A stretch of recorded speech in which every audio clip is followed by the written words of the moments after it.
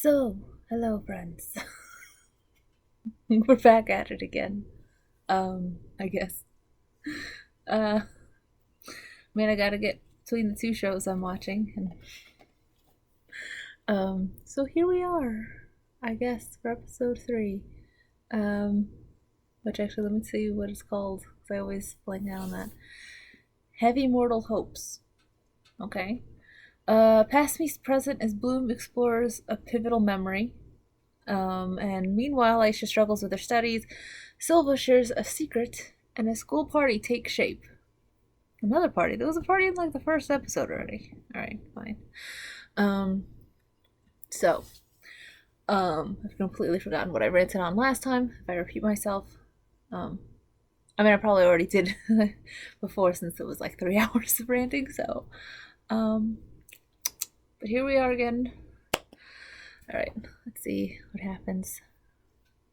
There may be a kitty who jumps into shot, I can't be sure. Salem! I see your tail moving. Okay. I don't know. I don't know why is it already a minute? I'm sorry. I don't know. I'm like not vamping this. I don't know what I'm doing. Alright, let's just move on. Play. Let's see what happens. Eerie music plays.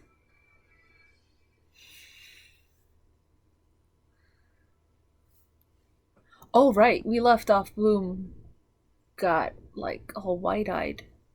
I forgot about that. That is very creepy. Is she remembering the living room? That is a. Ooh.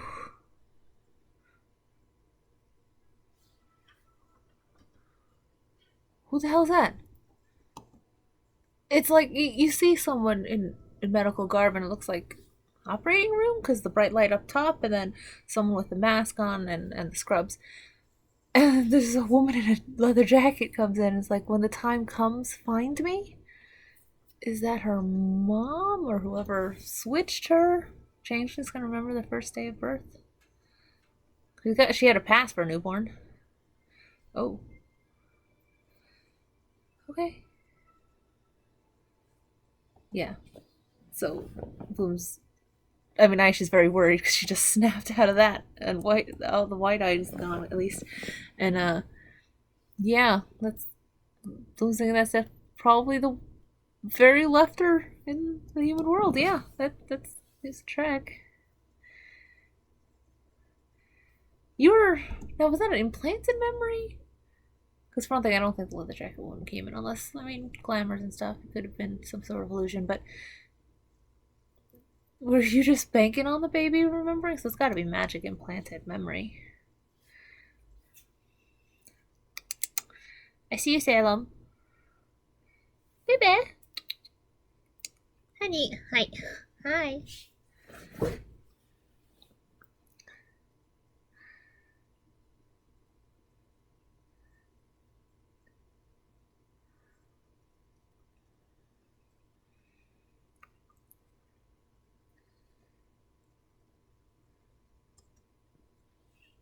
I don't know what she's doing. She's looking at the old photos. Apparently, Aisha's like, don't do this again. So she did this before. She's trying to look at like the old black and white photos. I guess old alums.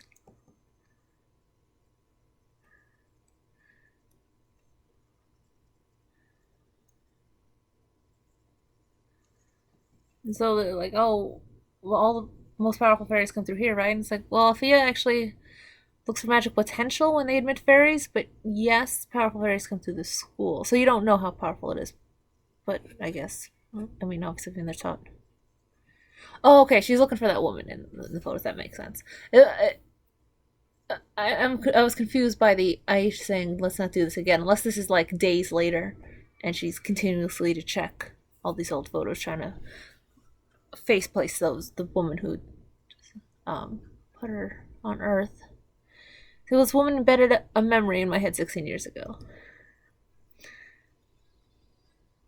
So yeah, it does seem like a powerful thing to have a spell last 16 years. Depends on what kind of spell. Like, I feel like a spell in the last 16 years is I mean, depending on how magic works, it could be multiple things. Because it could be, it is very powerful to have it last. Or it could be, it could be very minor, but more technically difficult. Like, it's not so much the power behind it so much as you have to have the ability to have it lay dormant for 16 years to unlock. So it may not be active the entire time, so it wouldn't necessarily need that much power, just you need to know how to finagle into activating at a certain time when you need it.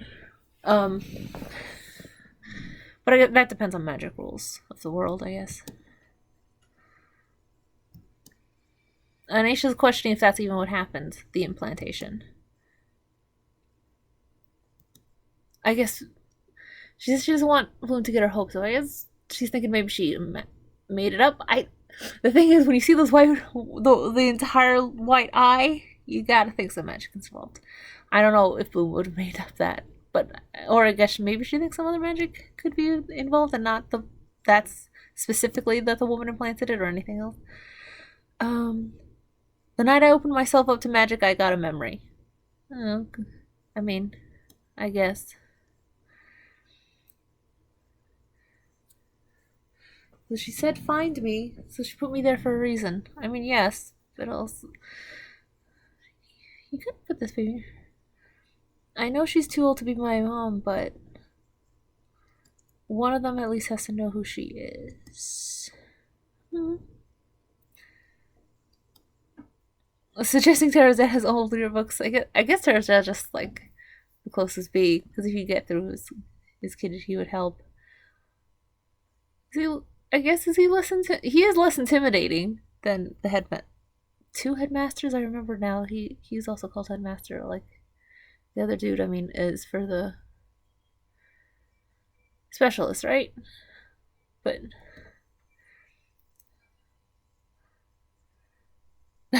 oh, they're already late for class. Look at those pictures. Yes, you could specialist training.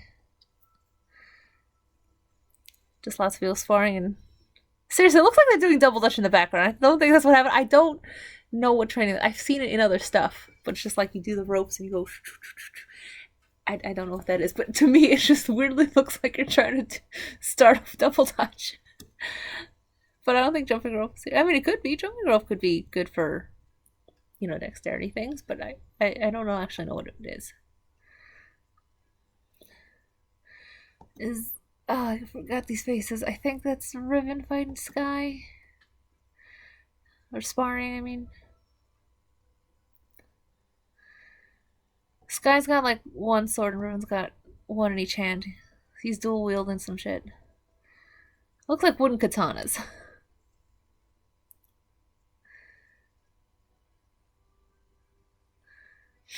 Okay, Riven won that bout.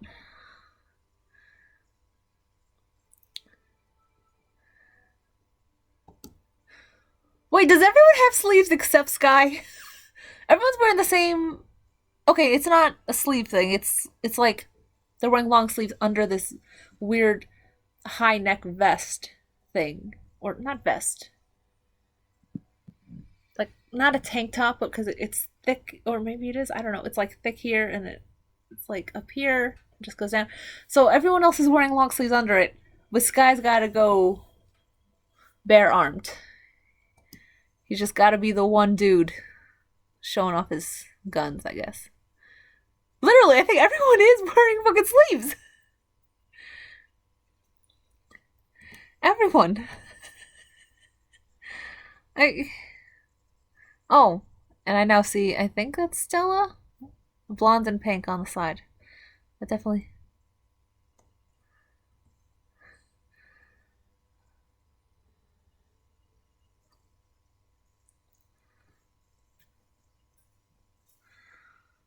This guy seems to be worried about, Silva. He does seem a bit, I don't know if he seems off. I haven't seen anything yet.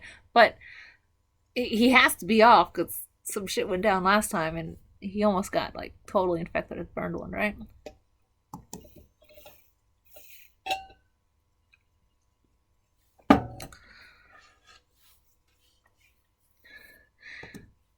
Stella's been texting on her phone the entire time, but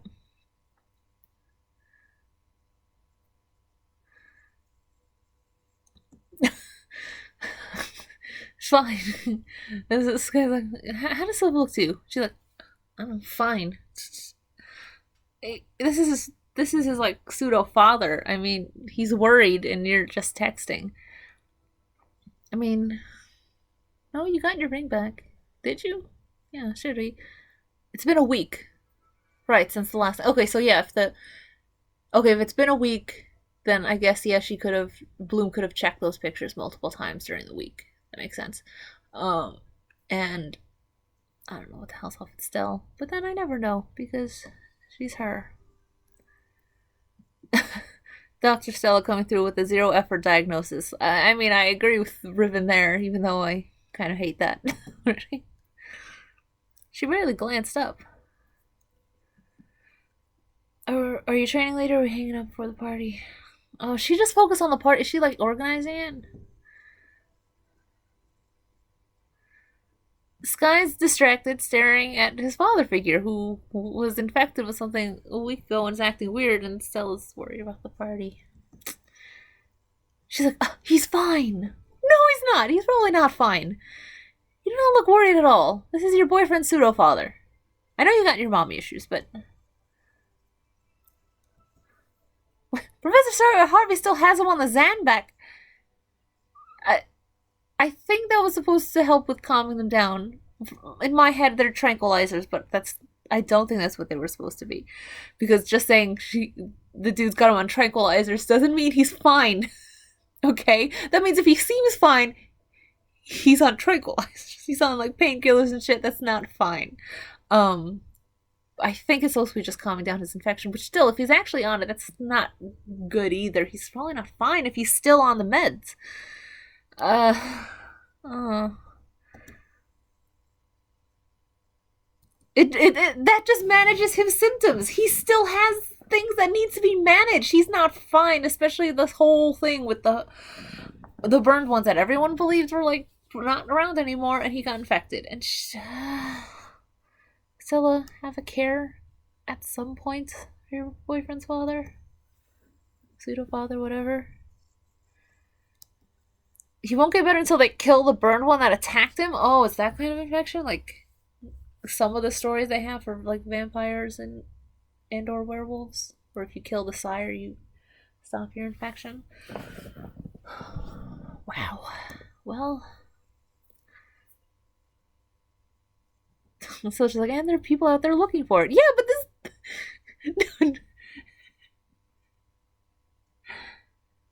It's been a week and no one's caught it. And who knows how long this thing's been out there. Oh. It's not going to get away from every fairy and specialist in the other world.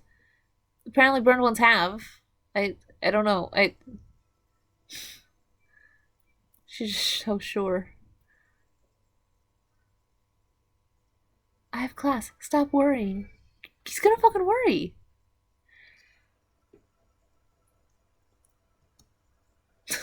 Oh, okay. I kind of agree with where it's coming from, but I also again don't want to agree with anything he's saying, but also don't his weird shit like, oh, she must be mind blowing, or does she do weird shit with her tongue? Because I know he's talking about sex. Well, and considering the fact that I don't know, even though he says she's got good in her or whatever, I've seen no evidence of it, this included, which means is it just for the sex? But again, agreeing with Red. That pain.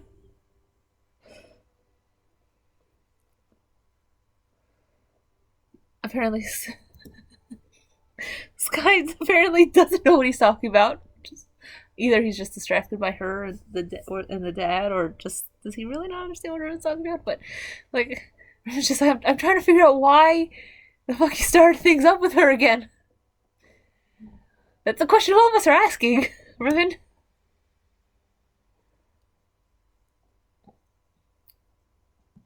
She's crazy off with the emphasis of squarely on crazy. I'm not sure about the crazy. I don't know if she's gotten it's the crazy zone, like she's on that scale. Um, but um,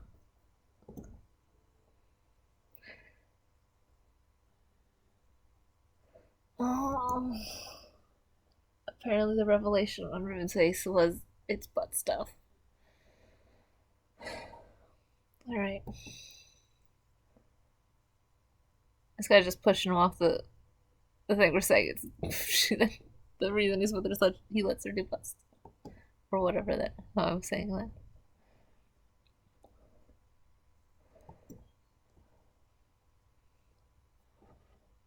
Apparently, this guy's not been doing well in sparring this entire week because of Silva, but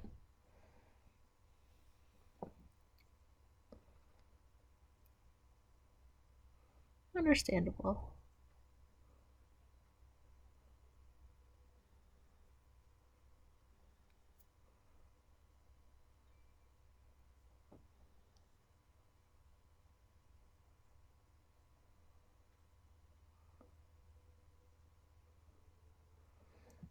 Okay, Tara just said some weird shit about perfect pair, and I don't know if that a perfect pair like the fruit pair, and I don't know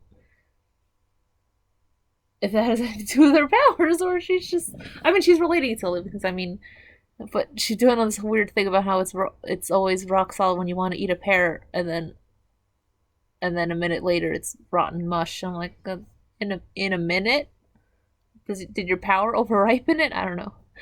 Um,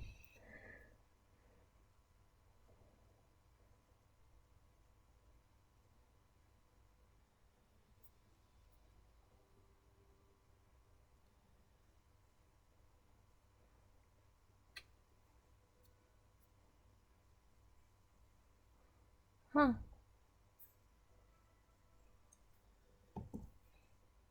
Okay, she did this whole thing with a dandelion, which is again awesome. Facts. She made it kind of grow from a little plant up, and it blooms, and then it retracted, and then became those things where you blow on them, the seeds, and they go. She wanted to think.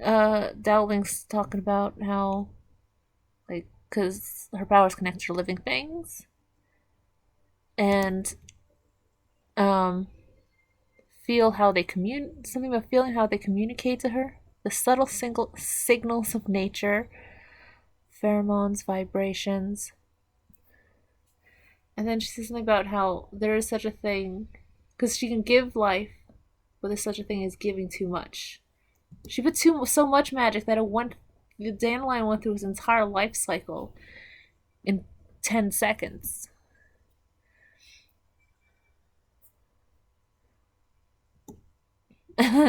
Some uses right next to her saying, "Oh, too much is kind of her thing."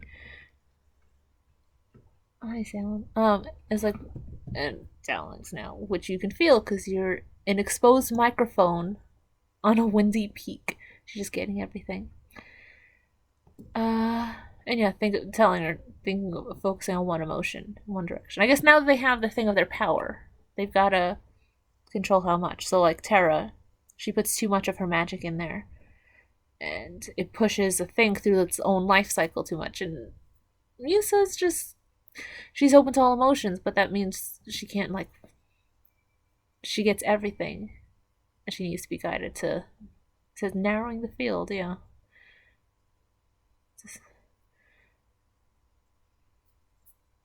Dallin just did a weird like gun motion to her head, and her eyes glowed, and then she's smiling now. Maybe that helped with focusing.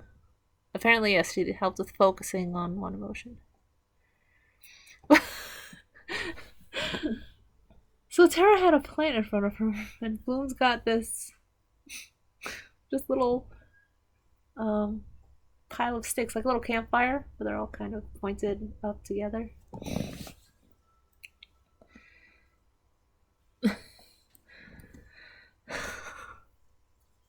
A fire that lays waste to everything in its path is instinctual and impulsive. What about when you need that fire to stop? Can you light a single piece of kindling and leave the others untouched? Oh, it's like finding a needle in a haystack, except it's lighting that needle on fire without lighting the haystack on fire.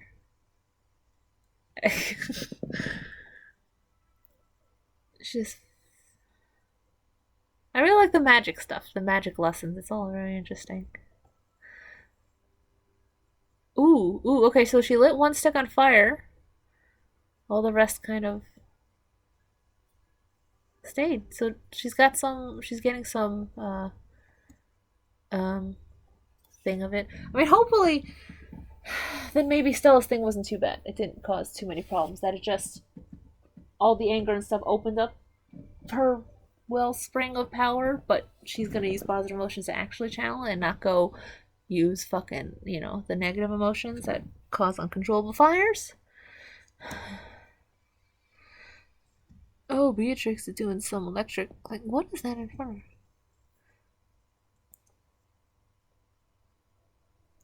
Called her Miss D. Okay. What is she doing? I'm trying to figure out what's in front of her. She's got like some. It looks like a pancake with little peaks all over it. She's doing the electricity. Her hands are just flat on the table. Electricity's going up into like a triangle shape. So, or more cone. It's not hard edges of a triangle. It's like more a cone. It's hitting a single thing. Oh wait, she's floating something. Like one thing is floating up, and the electricity is holding it up. That's her air powers, right?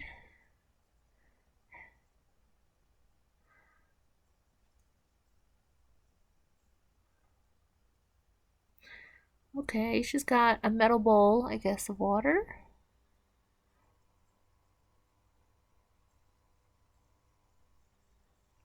Now, what is it they want her to do? Well, she's made an entire, like, one big globule. It's just floating.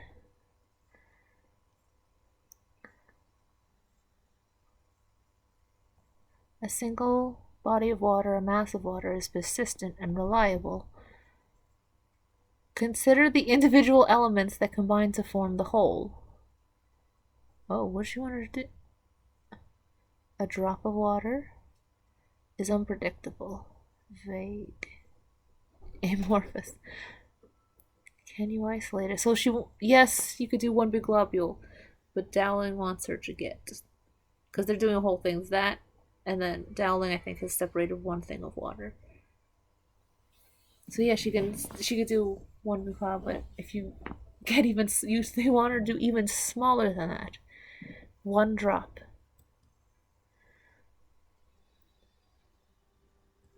Can you maintain that which fights form? Oh, Dowling's got like a bigger one, and then a tinier one that kind of is like orbiting it. That is, ooh,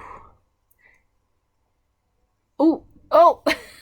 Aisha tried. It splashed right before it happened. Aisha's not got better control on that.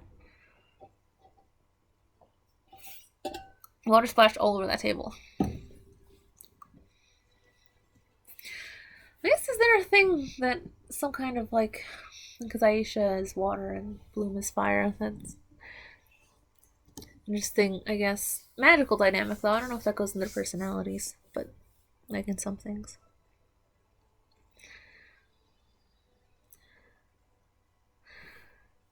Ooh, is that the scratch? Oh, okay. On his back, he's got like a big gouge. It's all black, and oh, there's lots of veins coming out, like at least a foot out from the thing. All black veininess. I think Tara's dad is dabbing at it. Harvey, I gotta remember these names. Professor Harvey, right? Just dabbing at it with something. I mean, it looks like he just put honey on a thing, but I'm pretty sure that's some other. Maybe there's something else on it. Yeesh. Okay, so he's got some big marks still. Oh, oh, that's not good. Oh, and I think he got a scratch on his arm. Because I see some black veins coming out of that. I think, but I guess the big one on his back is the worst. Oh, that's not good.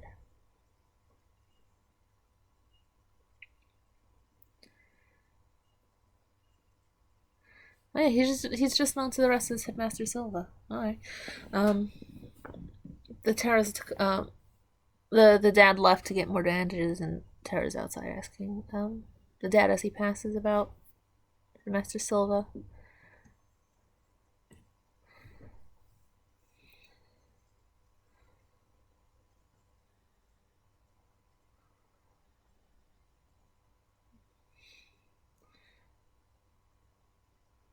She's trying to get info. Um, Salem. What she was asking about it and saying, guys, like, oh, I'm sure it was very scary. She's like, no, it wasn't. I'm not a kid anymore. You can tell me. And he's like, no, you're not. Kiss her forehead and then walks off, telling her nothing. So, I mean, I don't know if he can't tell her anything because maybe it's not. Even though she brought him back, doesn't mean she's entitled to any info on that. But I feel like that could have been worded a bit differently. Some of that, it's fine.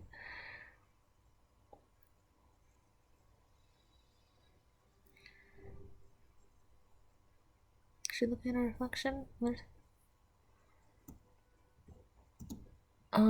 Okay, so there's the secretary. Um, I feel less bad about calling him a secretary instead of assistant when he's evil. And Beatrix is coming up to him in the halls. He's rubbing his hand. He did something. She's like, looks like you tried the nettle amalgam last night. Now, he can't do magic, so is it something else, or did he try and do magic and it didn't really go well? Did it reveal anything about Dowling's trap to the Undercroft? Is his hand red? If you can't do magic, you shouldn't be trying fucking rituals or anything. Oh. Okay, so apparently, I mean, Beatrix knew he was going to do it, it seems. I don't know if she's the one who told him to do it, but he's like, no, I did not. And just like you did not reveal I should wear gloves while handling it. Oh, so he should have. His hands are definitely hurt. She knew, and she's just smirking.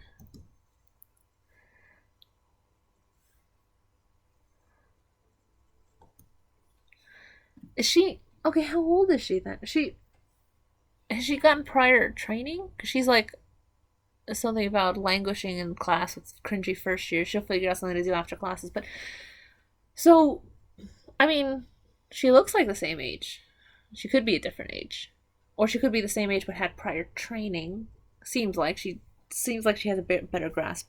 I mean, if she's using her magic to get into things where everyone's just learning how to use their magic, so she has had prior training. But is that because she's older or because someone took her up teaching her young, which apparently is maybe weird because everyone has just gone to school like this. I mean, unless did like Aisha get training? She didn't really get training for her water powers, right? Or did she figure them out herself? Because she was in school and she activated them and she knows how to use them, but not the fine training of this. But I mean, all of them did that one thing with that vessel, whatever, during the first class. I don't know. Yeah, they're really trying to get into Undercroft or whatever.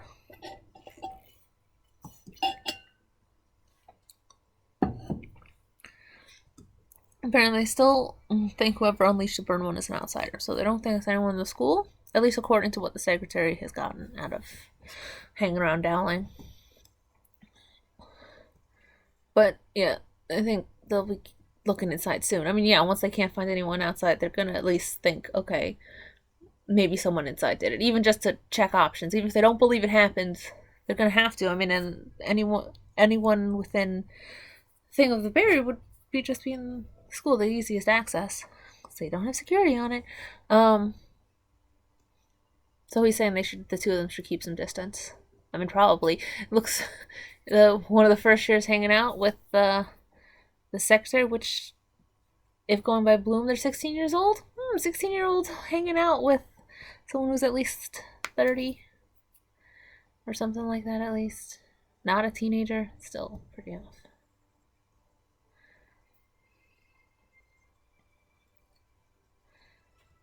Called him Callie. It was his name Callum, right? Still giving nicknames everywhere.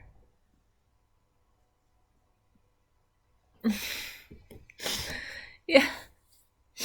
Okay, she says something, which is exactly why I mean, yes, maybe that's the idea that's gonna be, and not that they're in cahoots trying to take down the administration and look through Dowling's magical thing. But still, You shouldn't have any gossip going. And yes, when she says I'm in a short skirt and you have a protruding Adam's apple, like you don't want any gossip going on, even just that you're sleeping with a student. None of it is good. None. Admin staff with a protruding Adam's apple. Ugh. People just think you're perving on me, so get off me, you massive pedo. That's what she says. She yelled that in the middle and then goes up to Ribbon, who puts his arm around her, and she really has to be that, huh? You didn't want any attention. You don't want any attention. Well, no. I guess she doesn't fucking care if there's any attention on him. If any attention comes from this, it'll be on that dude for apparently perving on a student. They're gonna see her as a victim. They're not gonna. So any uncomfortableness would be that. And she doesn't care because she thinks she's better than him. And he, even though they're working for the same person, she definitely is like, I'm gonna do this, not you. I don't fucking care about you. So again, not even into teamwork. So, you know, can we roast her, please?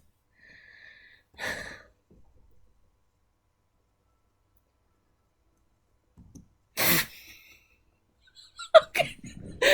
I'm weirded out, and even Tara's going, are they sharing an apple? No, that doesn't seem that weird. I'm gonna just say, are they sharing an apple? People can share fruit. That's fine. Except he put it in his mouth, but, you know, he's holding it with his teeth.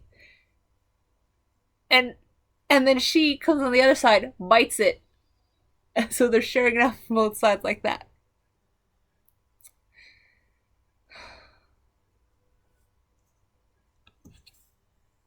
Yeah. Oh, she's talking to Dane. It's like, oh, because, yeah, Tara's like, it's so weird. Like, yes, it is. And I don't know why Dane is, like, apparently she's also a huge nerd. In between bong rips, she can recite the entire history of the other world. Okay.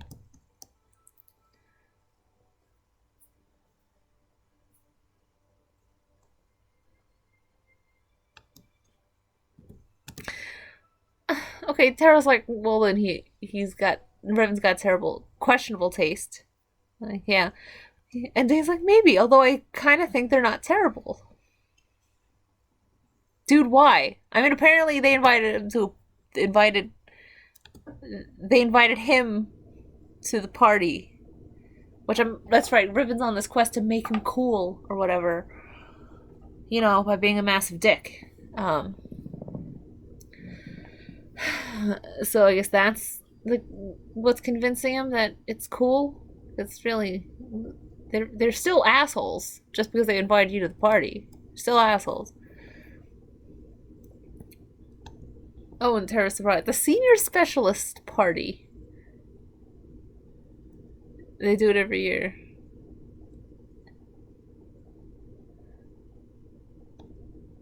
So she says it's a mess. What the fuck happens at these parties? Probably something bad. It's gotta have drama for the show. I was wondering if she's not. Does that mean she's not going? I guess if she's not invited, he's invited because Dick wants to make him a cool person to his standards. She's trying to play out. She's like, oh, maybe I'll probably see what the vibe is.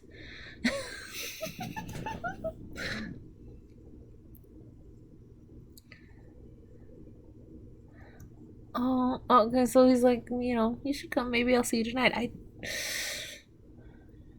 Now, just because he's into Riven doesn't mean he's gay. It could be bi or whatever. But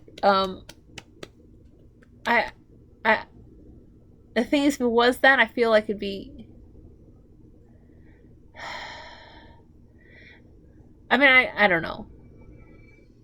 Because it's just Tara's looking at him. I'm wondering if she's trying to get with him now. If he's bi, there's some at least slight hope. If he's gay, and his fucking taste is Riven, that's kind of doomed. Because Tara's nice, so apparently that's just not his type.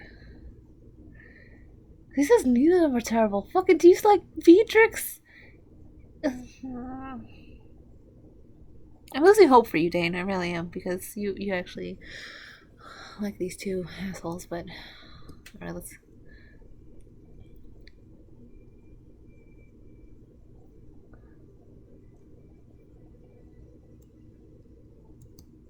Oh, apparently Bloom feels weird does not see Aisha get something right, and it's according to Musa, it's making her feel very guilty.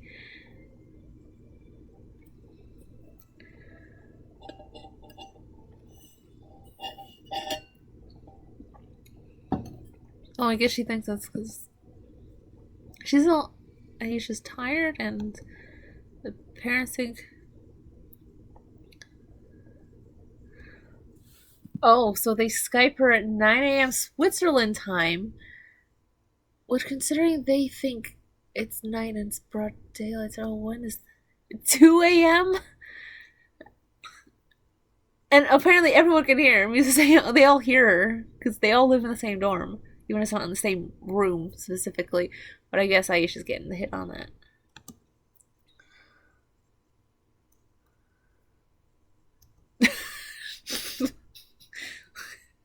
Who says what? You can hear my. I was trying to be quiet. It was just like an old lady unwrapping sweets in the cinema.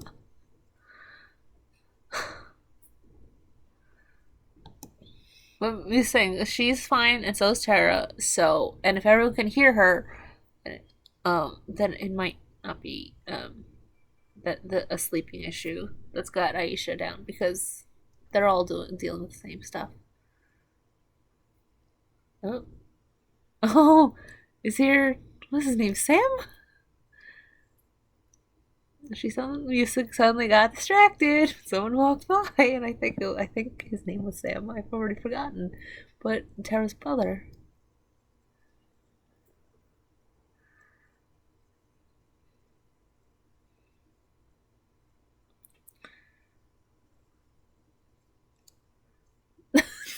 So I guess this is now complication, according to Musa. She's not quite sure what's developing with Sam, and she doesn't want anything like this broadcast to Tara, who just walked up just in time to miss that. I guess mostly also because she's now really mad, or she's annoyed. She's like, "Since when is it cool to be a nerd?"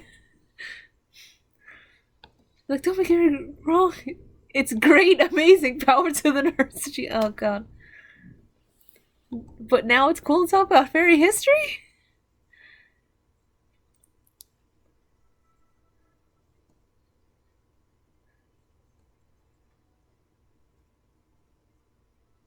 Oh. You think she likes to read, and basically she's kind of a nerd, but no one's sharing an apple with her, even though gross. Like, yeah, because I don't know how gross, but it is weird because they bit onto the side. Now you got two open sides of an apple. I don't. How do you? All right. I mean, that just probably will work one. No, it could work twice. It could work a couple times around, but it's I don't know. I don't know. Do you continue doing the one bite on each side, or do you eventually stop? Was that just a big showboat thing in the hallway? I mean, I guess, but I guess Tara wants someone. Oh, that's right. I have the context, but she walked in talking about sharing an apple and the nerd thing with no context to Musa and Bloom. So it's just like, Tara, what?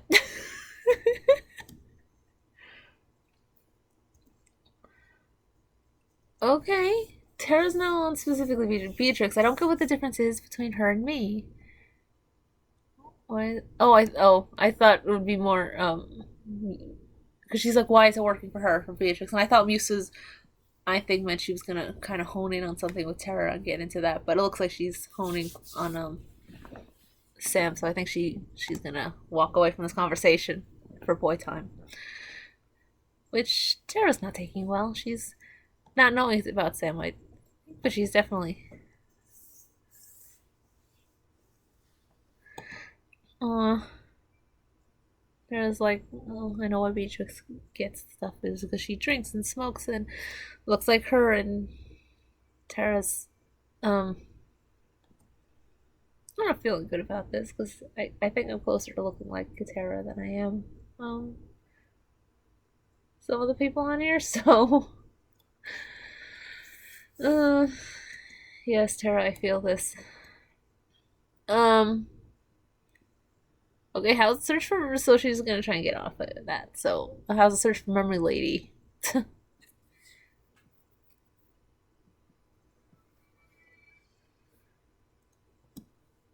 She says, "Oh," and then Bloom remembers now that they wanted to ask her dad for old yearbooks.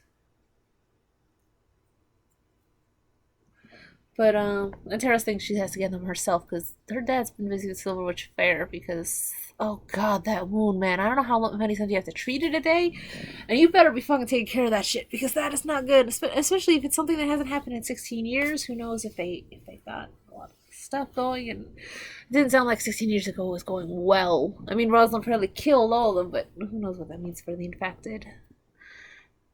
But yeah, Tara doesn't want to bother her dad, so.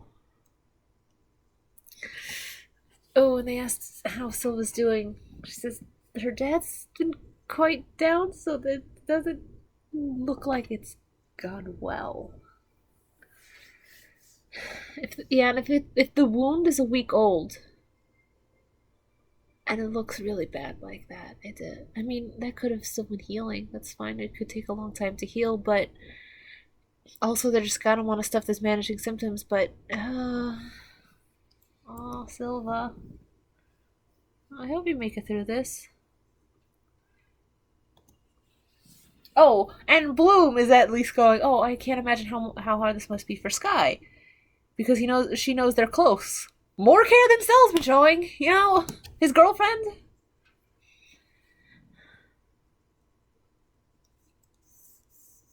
Oh, and so I was like, have you seen Sky and Tara? Tara's I guess she made this face, she doesn't want to have this conversation.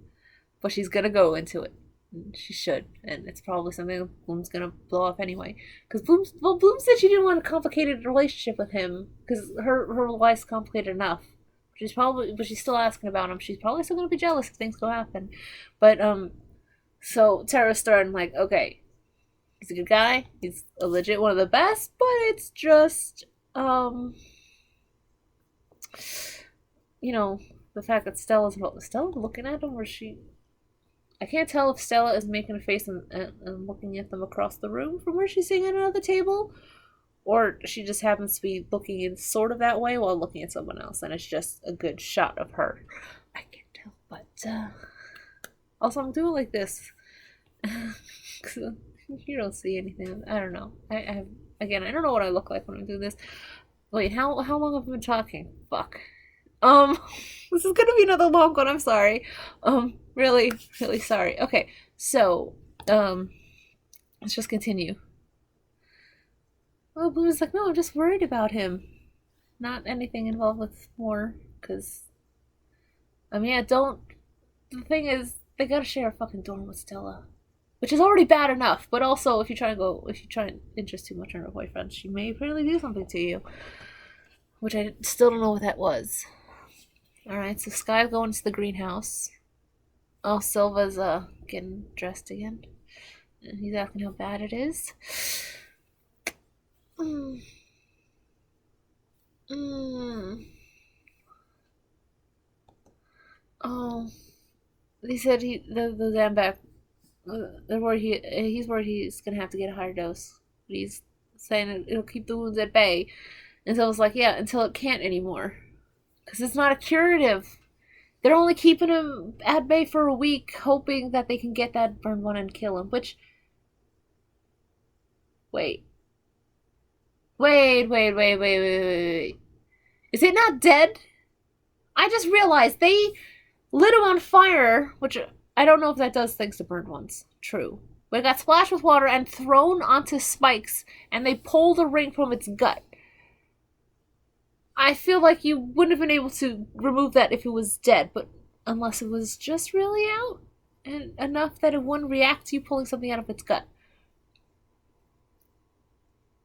Or is there a special thing you have to do with killing them? Doesn't maybe not sound like it because if you have just a whole bunch of specialists and fairies who don't use the exact same mode of fighting, because fairies have magic, specialists have swords. So, it's probably not that. If it is just having to kill it, and Silva doesn't have to do it himself because they've been out there. And not saying they gotta drag it alive back to Silva. If it is dead, and he's not better, then that's not how you cure it. Or did another one get him and that was a fucking second burn one that they killed out there? That wasn't, that it was the one in the barn, it was the one that had the ring, but it somehow wasn't the one that hit him? Or is it just, because if killing the burn one makes him better, why isn't he? Because I thought they killed it. Unless if fucking spiking it or putting it on a fucking pike does not mean anything, and it's still alive. I thought it was dead. I just realized that I thought it was dead, but then it. Oh fuck.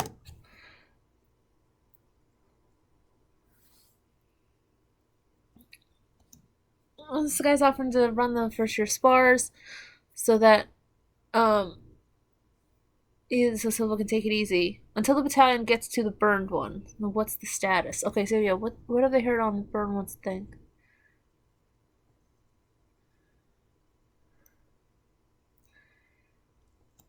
They've tracked it 40 kilometers north. That's right. If they just walked out there and found it, they would have seen it dead on the thing. They didn't hide. I'm pretty sure Aisha and Bloom didn't go, hey, let's hide the body. That wouldn't be necessary. They just needed the ring. Doesn't care who fucking did that. As long as they're not out there, they don't get caught with that, and it's fine. It fucking got back up, didn't it?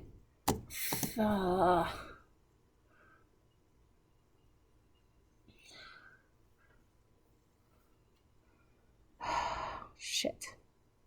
You know, Silva's confident that they'll kill it. Oh, but the question is when, because yeah, this thing, he's apparently confident that all the specialists can track it down and kill it. That's great. But if the infection gets to him, if it spreads enough, it doesn't matter that you killed it. He was probably going to still be burned. It's probably like, you can keep the infection as long as you're not fully infected. Killing the bird one fixes you, but there has to be a time limit on that, because then just killing any of the higher ones would change. But no, you. And the infection's spreading because it's quick. They're trying to keep it from reaching his heart, which, going by the way those veins were going, that's. I don't know how long he has. I just know it's not long. So I was like, what do we do? But there's not much you can't do more than what you've done. Okay, so but Silva spoke to the seconds about plans. I've spoken to my seconds about the plans for your training. And specifically Sky. And Dowling knows Silva's wishes for Sky's future. So he's planning what the hell Sky's going to do in the future, because he is his father figure, so. Which this guy's not going to take this well, probably, because that's not what he's asking. He doesn't want to think about losing him, especially if he lost it, depending on when he lost his dad. No, they knew what they were like, oh, you know what he would say in this situation. So they knew, so Dad's was alive for a while, so the dad's not around anymore, and then he's going to lose his second father figure. He's not going to want to face that. Because, like, I asked you a question. And so I was like, yeah, but I'm answering it. Like, yes, he is. Because there's nothing you can do. If there was more they could do about this situation, they would be doing it. It's been a week. If there was more, they would be doing more, but there isn't.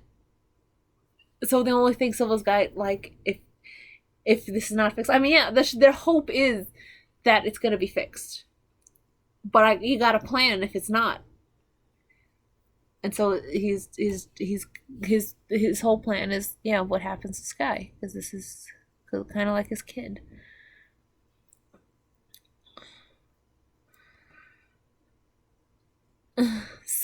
Soldiers have to have these conversations with the people that matter.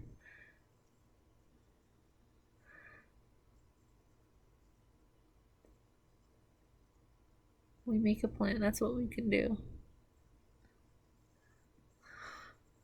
Because there has to be something else.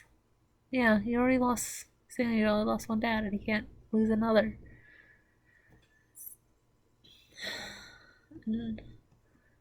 Okay. He's saying he'll keep Sky updated about the battalion's progress, which is good.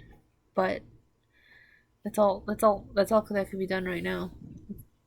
It's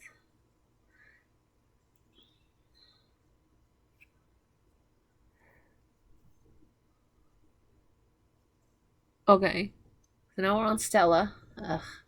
But apparently she's hanging out with someone named Cat, and I guess Cat's got info. Someone named Marco is leading the battalion against it. That's what she's heard. Sounds like Marco.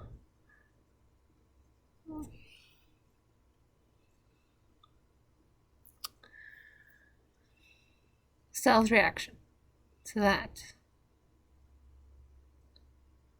is, as in hot Marco?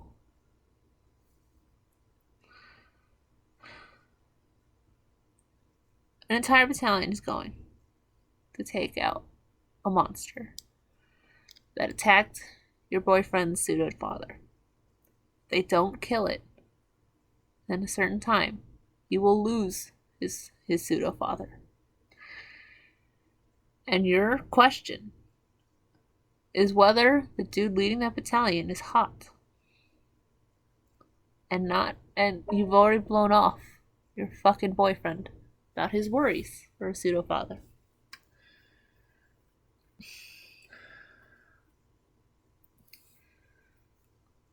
There's supposed to be hope for Stella in this, right? There shows like this. There's supposed to be Stella will step up. Stella will become better. And it's only episode 3. I have to remember that. Despite all my ramblings, it's just hour 3 of this show. I still hold on my stance. Stella needs to burn for all of this. I don't know why I'm focusing on fire. Like, that's a really bad thing for the show, considering the burned ones and all that. But just like what, she should be dragged down to the street and shot? I don't know. That's not where I'm going with that. But someone at least needs to be really punched in the face. She needs. I still don't understand. They keep saying she's a good person. When? When is that gonna actually show up? Right, okay. This is only 15 minutes in. Fuck. Alright. The strongest grad in the past few years, still Marco now. Okay. See? So Kat's actually on it. She's on this ball, alright? Because, yes, Stella went on to, he's the strongest. But she also focused on the hotness. Maybe that's just, maybe we'll just go, that's her qualifier for Marco. We know hot Marco. He equals strongest for the time. Maybe that's it. Because Kat's at least like, yeah, they're, he is the strongest. Silva is gonna be fine. Okay, he's gonna get this. Silva's gonna be fine because this dude is the strongest. He's leading this time. It's gonna be fun. And I'm hoping that it was just Silva's qualifier, but because please just be that. Because I don't know what else is here. The fact that your friend, I think it's friend, who knows? Maybe it's just somebody you sit alone with. You're just a gossip buddy. But she worries more about what the fuck's gonna happen to Silva than you do, and your boyfriend is so close to him as a father. Why can't you fucking care for a moment about something that's not you?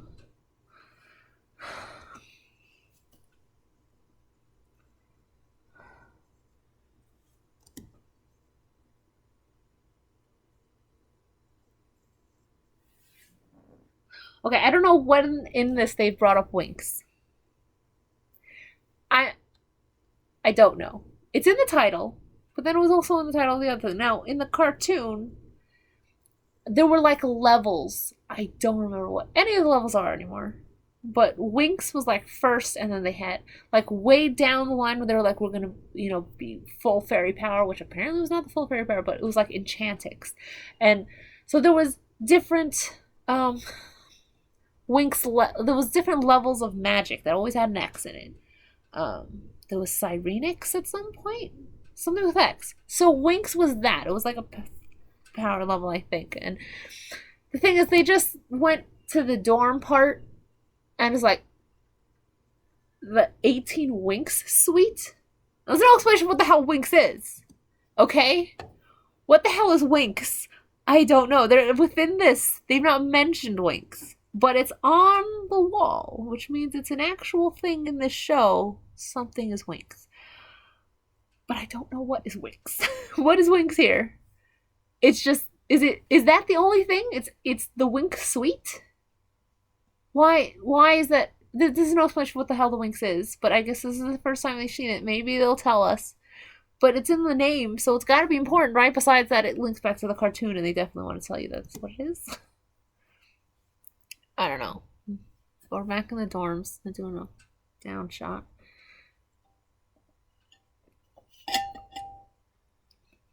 I think Bloom got the yearbook. She's going through it, and Aisha's trying to do it says mystical whooshing as the captions for she's trying to do the water stuff.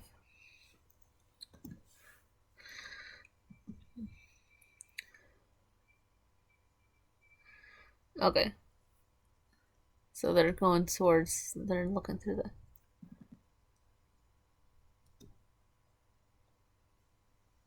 That one looks familiar. Kind of looks like Stella. I don't know if they're gonna bring that up.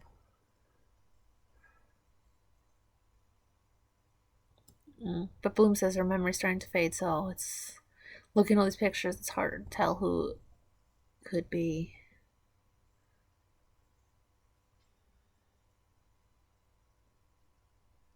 Apparently she's thinking. She's like, I had the memory when I used magic to fight the burned one. A lot of magic, so okay. Wherever she is, she sensed it.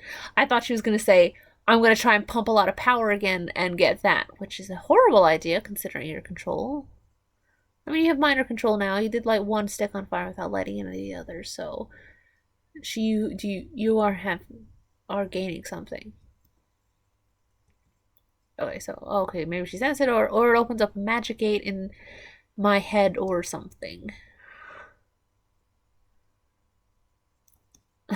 What if I go to stone?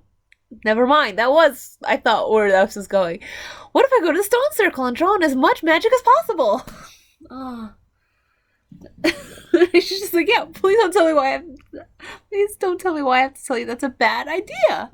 It's a horrible idea. It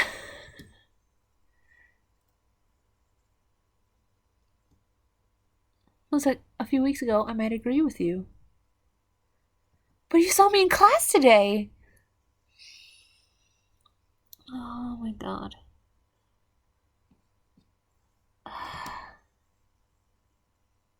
I'm way better.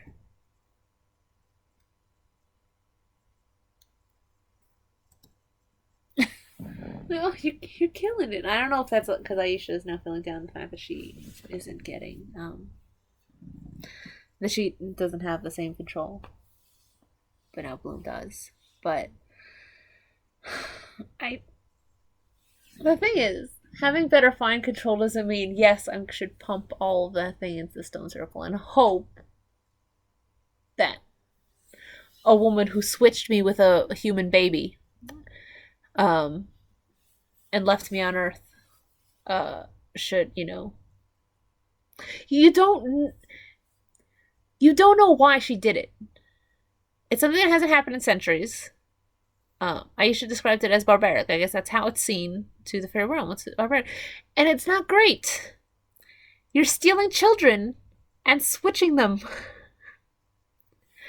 Okay? Nothing to do with your bonds with your mother and father here. Okay, I mean, apparently it's gotten better. Uh, so, and nothing with that. But it's still a horrible thing to do. Switch it now, and apparently the baby may have had a heart murmur, but the baby could have survived. Um, and you don't know if that fairy knew that the baby may have died if they didn't. And oh yeah, you gave them a new child. That's you don't know that's actually her. That was even in her mindset. You just know she put you there. That she took another child and put you there. That doesn't seem like a good thing. Now, I'm sure at some point this will probably turn out well. It'll be, oh, it was a good thing, and we gave you a family. Maybe Bloom's actual family is horrible, and or dead, and you weren't gonna have anyone, so we put you there, and that baby was gonna die anyway, and it'll probably have some good explanation for why this is good. We've made we got you with a good family, and it's a great thing. But you don't know that right now. I'm just going by that's how it would be in a story, but you don't. If to her this is her real life, you don't know that's great. You don't know what the reason this person did it. You apparently know that she just switched a baby, and what if it's a bad person? Okay, there's evil things out there. What if it's that? What if for some reason they just wanted to hide you're a fucking baby that's gonna grow up to they want to use you as a weapon of destruction, and they're like, well, we had to hide you in humans so that you'd be away from other worlds, so you wouldn't be turned to good or what. You don't know what the fuck's going on. You want to meet this woman, and you're like, I'm gonna pump tons of magic and get her attention. You don't know why she wants you. You don't know why she did anything. So doing unsupervised bullshit to get her attention is not the way to do this. Hey, why don't you? You were so on that Dowling would help. Well, no, actually, and she's out on Dowling, right? Because now she knows Dowling hid about the fact that she was a changeling. So, but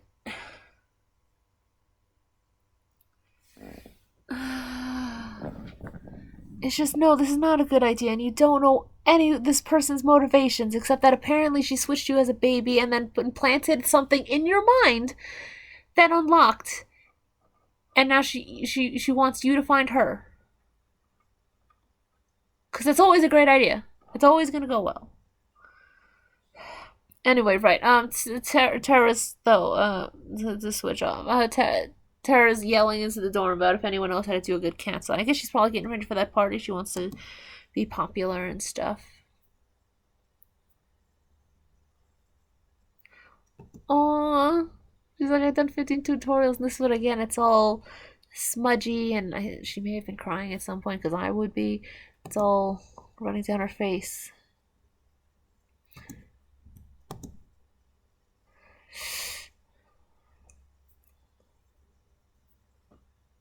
Hmm.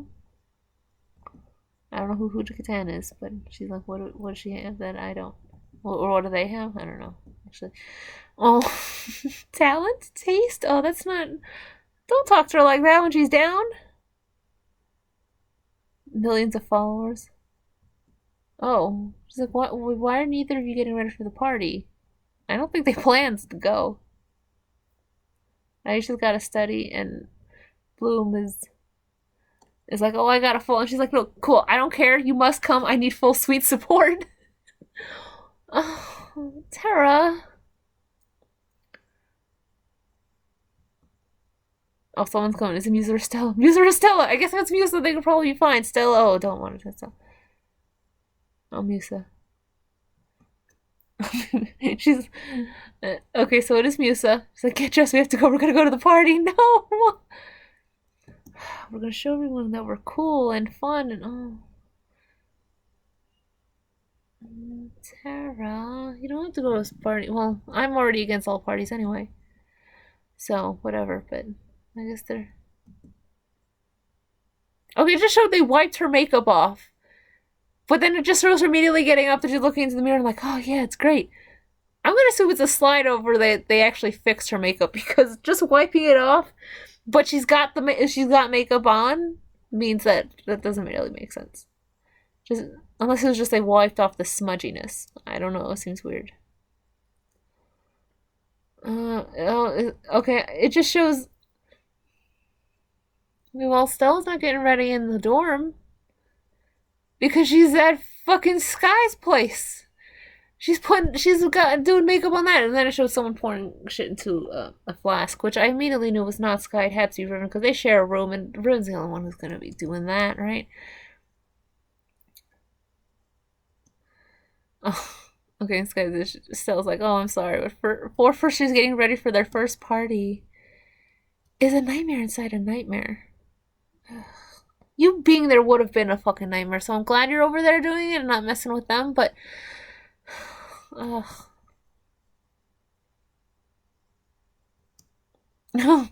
Well, again, I don't not like in agreeing with Riven, but Riven seems to be at least taking shots at Stella, so I'm bored at least for that part of him.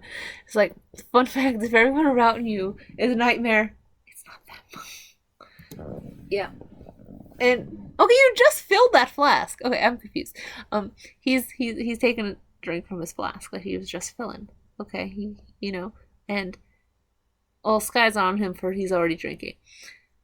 My question is, why'd you fill the flask and then drink it there when you still have liquor in a bottle? Like, would you just drink? Well, you want that flask filled for that party. You're gonna keep that filled. You got options while before that to drink. Why are you doing that? We're fine.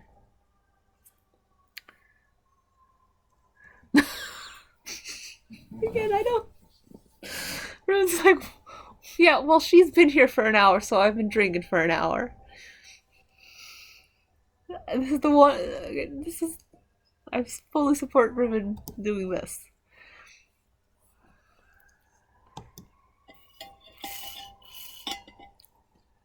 Sky wants to take it easy because last year he vomited no less than 5 places? Oh, God, Riven.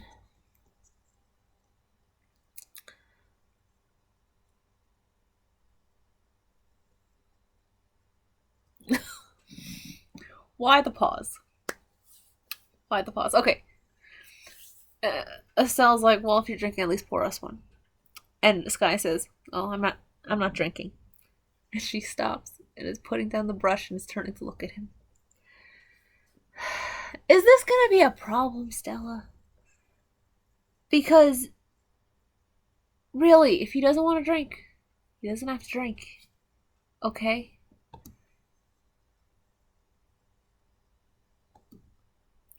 Is she taking it as a problem with Silva? Or, okay, because she stopped, she put down, like, look, I spoke to Kat. Okay? Marco is on the burned one. As in badass Marco?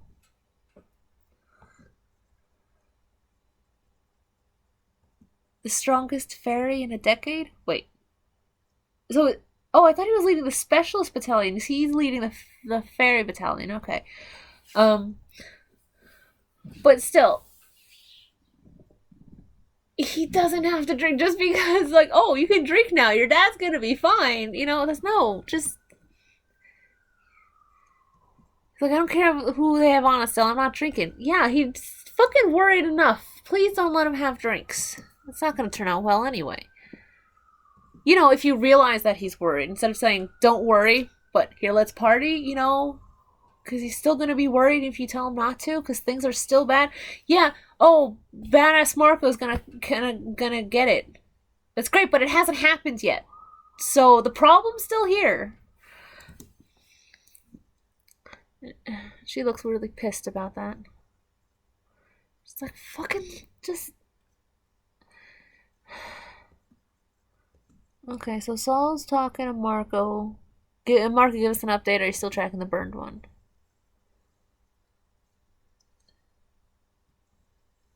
Okay, well, we missed the last attack by under an hour. There's still attacks happening from this fucking one burned one. Shit. Okay, they're saying they're right behind you.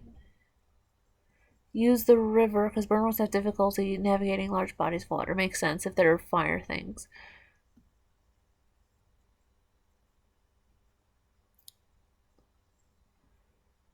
Oh, okay, so they're like, yeah, they know.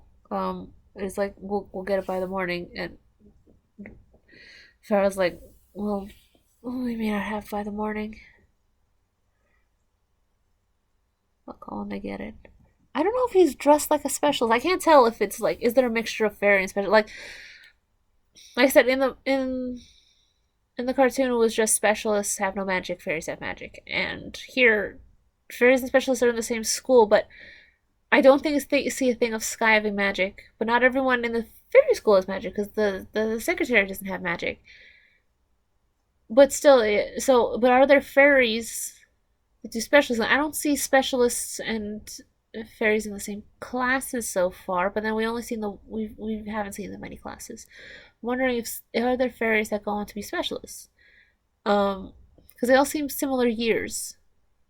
So you think the fairy would be focusing on controlling the magic because at least that is important because you don't want to get out of control, like you know, with Aisha pulling on the septic system um or Bloom burning things and who knows what the fuck Beatrix did, electrocuted someone and laughed about it. I don't know.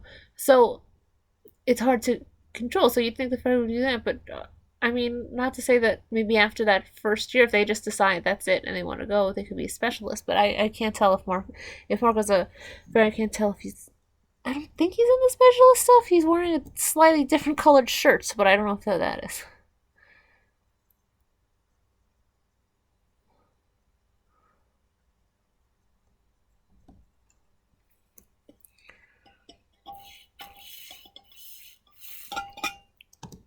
Marco and Nora. I guess that was the girl with him. She definitely looked like she was dressed as a specialist. So I mean, if they're doing both, Nora could be leading the specialist, Marco could be leading the fairies, and they're just mixing together because you never know which ones you need. And it sounds like groups are better for taking out burned ones. It says they're the two best graduates to come out of Althea. Oh, and they are graduating. I mean, who knows if you want if a fairy wants to be a specialist? I mean, they could just graduate and then retake classes. I don't know, like redo and then learn all about magic, then go to be specialists. I don't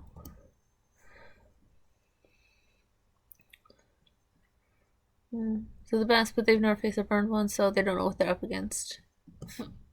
Dowling wants to be out there fighting, but they're taking care of Silva, so they're trying to. The other two think they have to trust in the other groups, but Dowling's like they've never faced it and they faced it, so they would have a better thing. But I mean, Silva's right. He's like yeah, that'd be great if he's out there, but he's not got a lot of ability. He's gonna kind of be slowed down, I think, by the giant gash on his back. But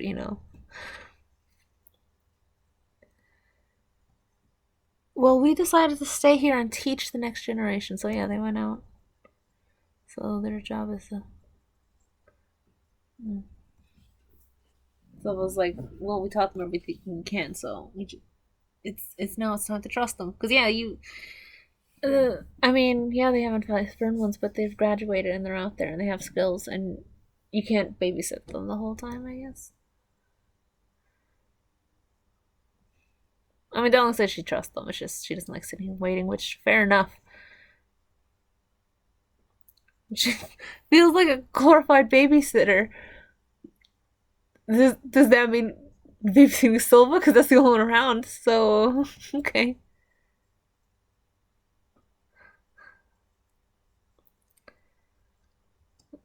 Isn't tonight the specialist annual debauch kegger? Imagine they think we don't know.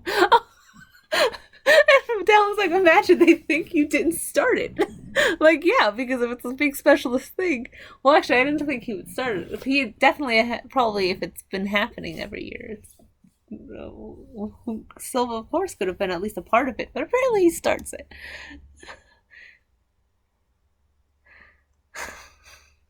Yeah, he's a specialist leader, but he's been a specialist at some point, so he would have been to one of these. All right, so they're at the party. Woo, I guess.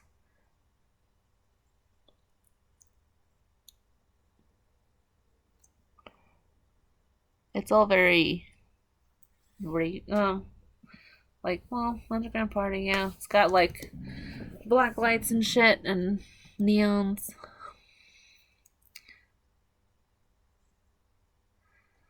They're in the east wing of it. Used to be used for war preparations, but because there has been a conflict for a while, no one comes down here.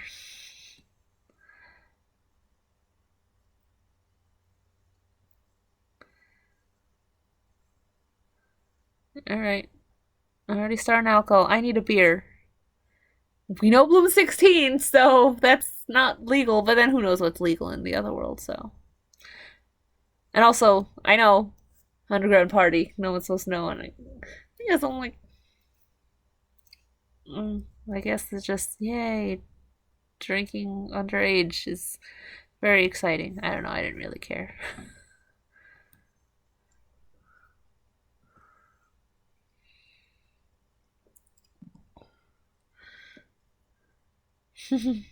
Musa thinks Tara's looking for someone specific. Probably. Where's Dane here? She's like, no, I'm just looking for someone to put these down. What did she bring? She didn't bring cookies to the party, did she? What'd she bring?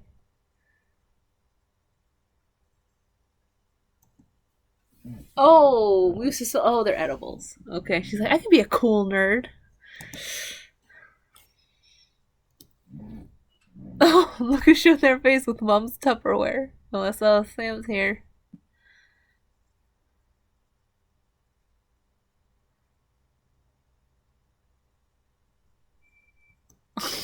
They're pretending they don't know each other. He's like, oh, it's Musa, right? I'm Sam. Doing intros like they haven't hung out already. I guess for Tara's sake. Oh, there's Dane. He's like, oh, I didn't think you'd be here. She's like, oh, I just decided to come last minute. And Sam's exposing her. That was so last minute that she had a few hours to make weed brownies.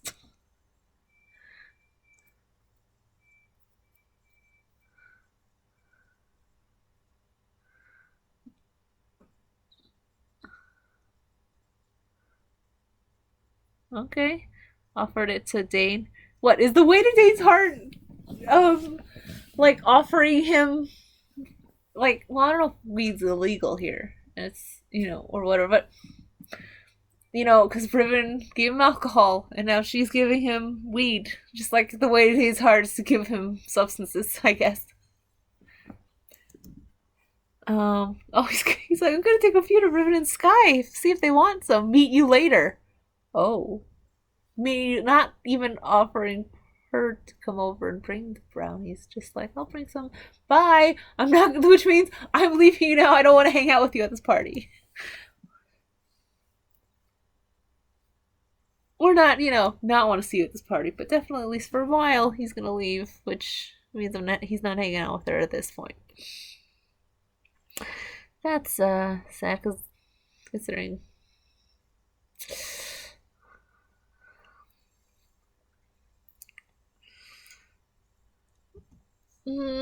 Okay, no. Bloom and Sky combo.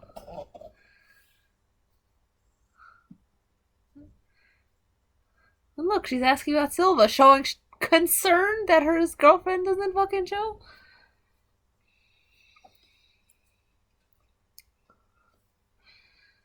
And asking about how he is.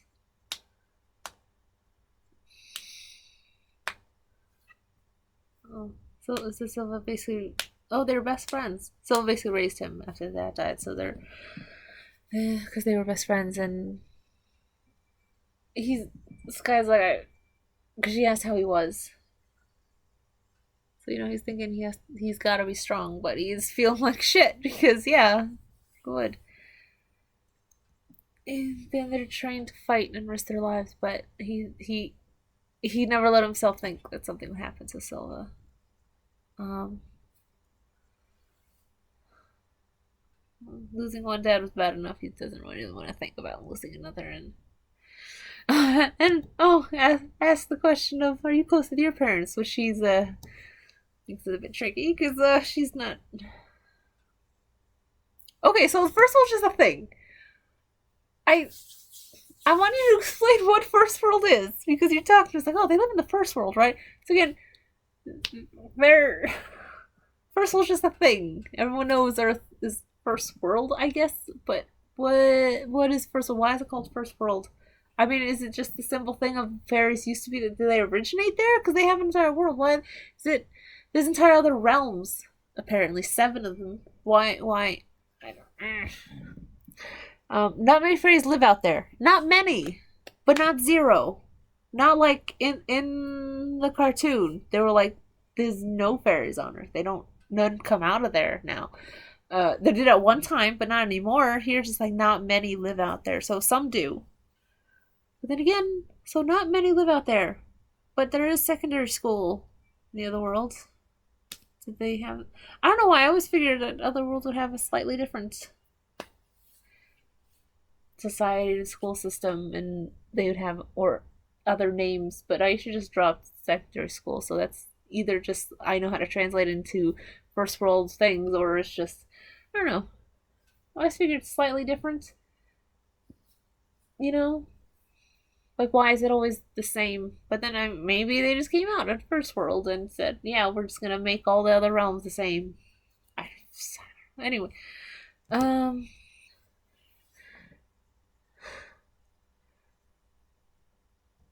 oh, is she gonna tell him? Because he's like, oh, not many fairies live in the first world. Is that why it's tricky?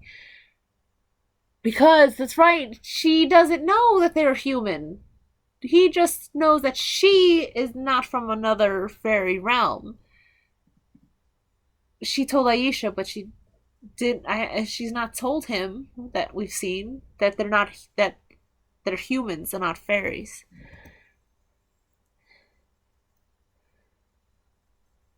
It's like it's okay. I like a good mystery. Mm.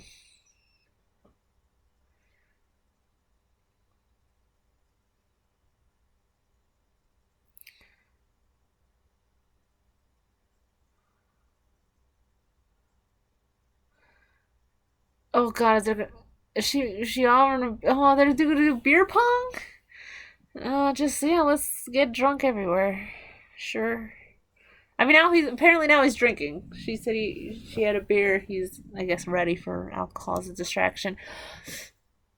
Oh, is it gonna be eviction? Because Stella was all upset he wasn't gonna drink, and he was like, "Yeah, but I'm not. I'm definitely not gonna drink." And then he's drinking, but it's with Bloom and not her. Well, it's her and Aisha playing beer pong. Oh, against Sky and Riven. Okay.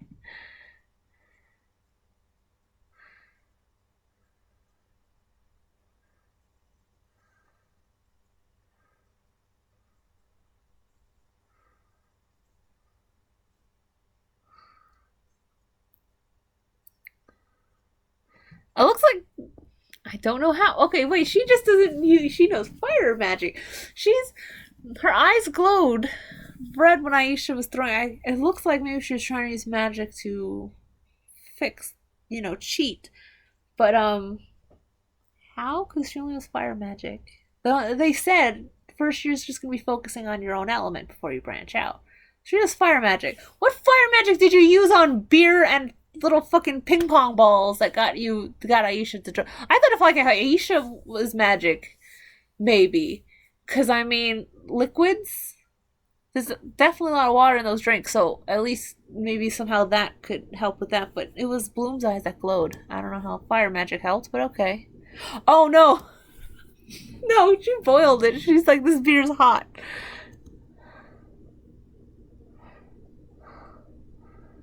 She heated his beer and made him drink it. Oh, Bloom's like, use magic to bounce it out to Aisha. Because, yeah, there you go. Water magic. Like, that's not obvious. Oh, okay. She bounced the ball in, but then looked like it bounced out. Fine. Except it blew all the other cups down. I mean, not that they're really hiding their fucking magic. But I mean, that's not fair. These are just two regular dudes.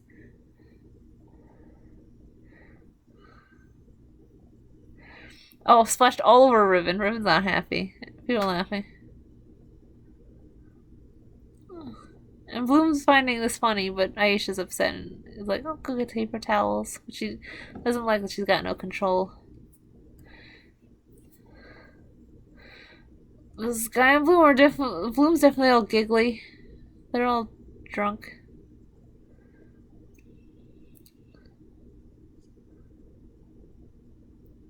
Oh. Some shit's gonna happen. So, Aisha's left is the three of them, and they're. Everyone's like, oh, so much for not drinking tonight. This one's more fun than Stella, pointing to Bloom. Although, reminds me of Ricky. It's not gonna be a good conversation. Was it like another ex, or? Because, yeah, Bloom's like, who's Ricky?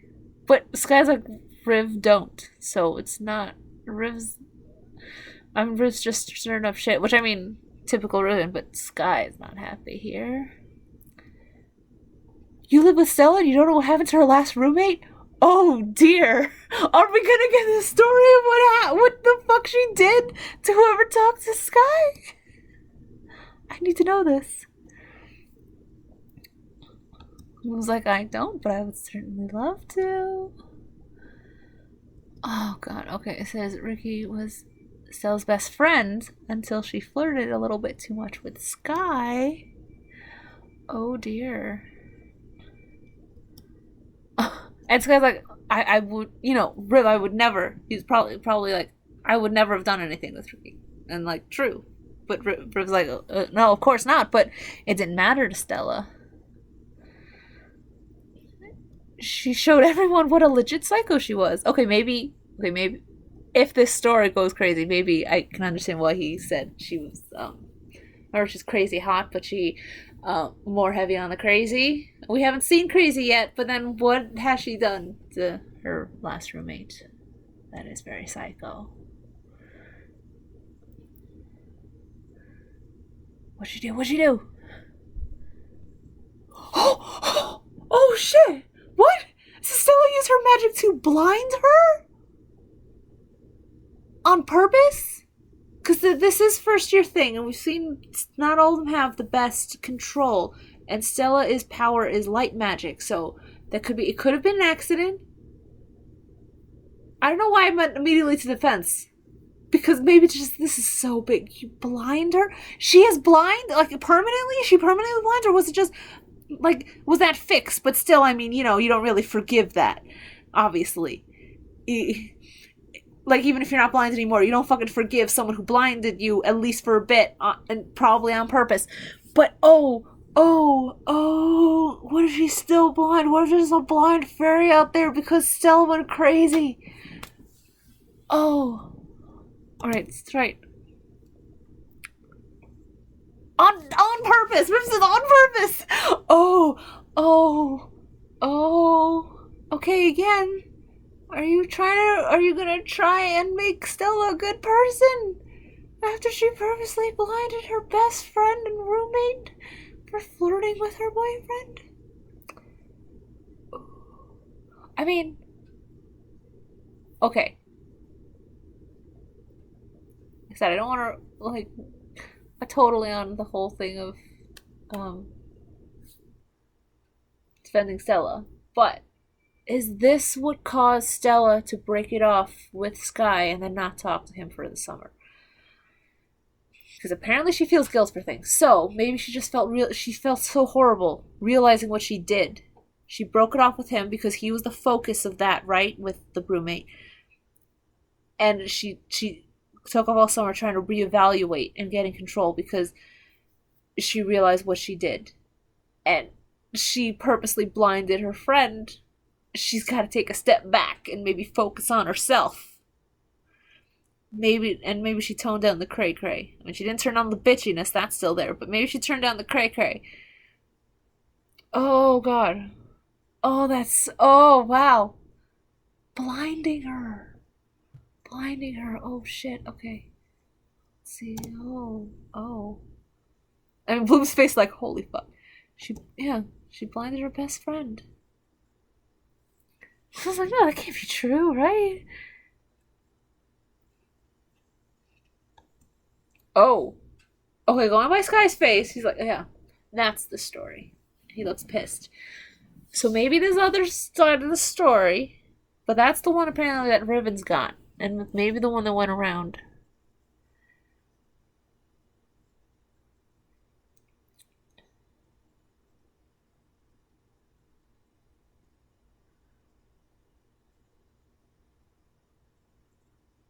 I was like watching her, like, okay, you know what? I think I got myself a little distracted by Aisha because she's. This is now a tense situation. I mean, Riven left after that, and it's just, Sky, are you gonna clear this up? Nope, just let her walk off. Okay. Oh, Costello walked in. All right. I couldn't see her with the weird low lights. Costello walked in. So yeah, you don't want to be around Sky. You heard that story? And Stella walks in. You do not want to be the girl alone with fucking Sky in the middle of this party. You know, you're just make a break for it, bitch. Okay, so she's texting. I guess she's trying to find Aisha. She's like, "Where'd you go? What happened, Aisha? I think bad happened to Aisha, right? Oh, is she? You know, so Bloom's wandering around, finding creepy ass rooms with shelves and dusty things in it. Oh, okay. She's found. Okay, all the pictures have been black and white so far this entire time. On the walls, in the yearbooks. She just found a color photo. Why? I I guess maybe she was. Wait, no. She had to have been. No, she maybe didn't look 16 years back. She went further than that, right? To see, because you need the yearbooks up when they were younger. So, but wait, that long ago they had the black and white photos, I guess. But they've got the color now. Are are they going Earth rate for photographs? Is that where all the tech is coming from? Just Earth? Or do they actually have like magic shit? Like the Wizarding World had magic photos. Because they knew shit about Muggle World, so they had magic photos. But this one is technology thing. But do they not have magic equivalents before Earth? I guess there's the height of technology, even though no fairies live there, but they're still getting Instagram, so who knows. But she found a couple photos. She, guessing this, she's probably gonna find that woman in this picture, right? Is that a specialist? It isn't. It feels like it would be the specialist wing, right? It's a specialist party. I mean, it's for the war preparation, so it's probably, which could still be both. So it could be a combo actually, because there are fairy battalions hunting the other one, so they still have.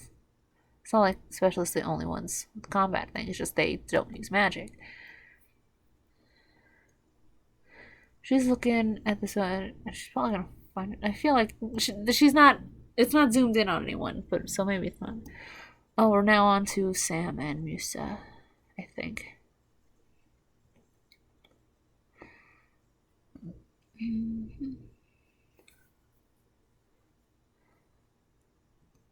Oh, he's asking if because there's so many people at this party, and you know she has a thing with lots of people if it's a problem. But she says it's a party, so people are happy, and then so she's happy because she just gets that. He's bringing up Enya again. What is the thing with Enya?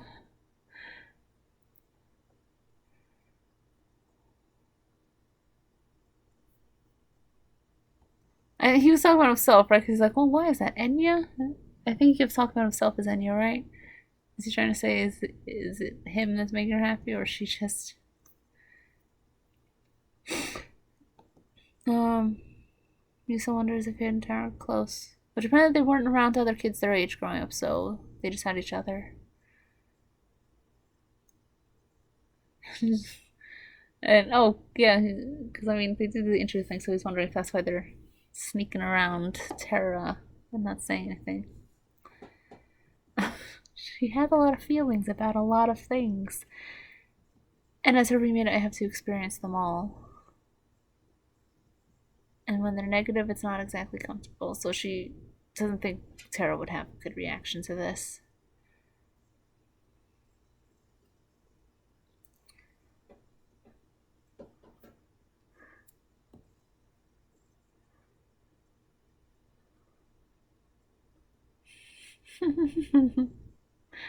this is cute. Oh, they're going for a kiss now.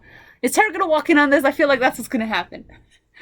They're just talking about not having Tara know, and suddenly they're kissing now. Is that where Tara's gonna walk out?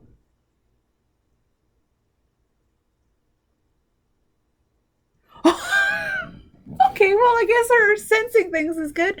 So, because this is whooshing. Oh, Sam disappeared. Because they pulled away because suddenly she's like, oh, I suddenly have this feeling of social anxiety.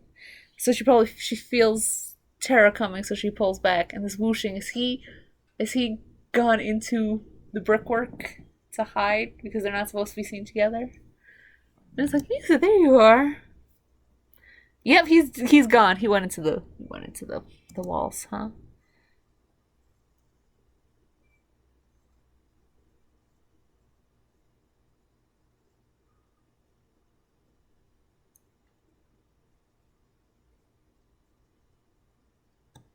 Oh, is Tara gonna try and get her to read someone? She's like, what's the point of having a roommate that know what you're feeling? But and then she's just gone immediately. Sorry, that's not what I'll think of you. That's not. Oh yeah, I called it. Tara's entertained. She's wondering how he feels.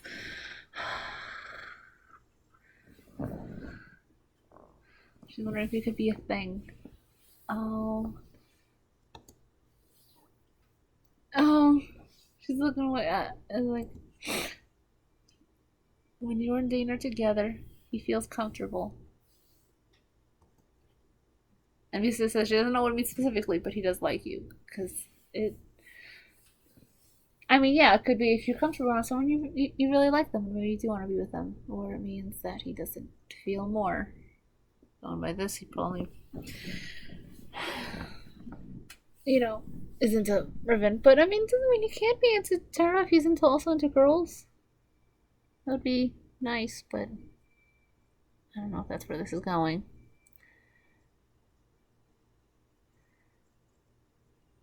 Oh, Tara's taking it as it could be a thing. She's very happy.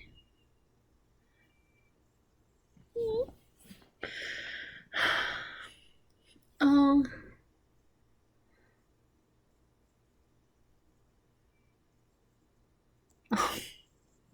okay. Riven got splashed with beer before because of Aisha. Apparently, he's now shirtless and smoking, and Dane is there. Okay. Oh, Beatrix is there. I forgot. That's right. They can't be anywhere but with her. Mm. They're in some room with like plate armor and weapons and stuff.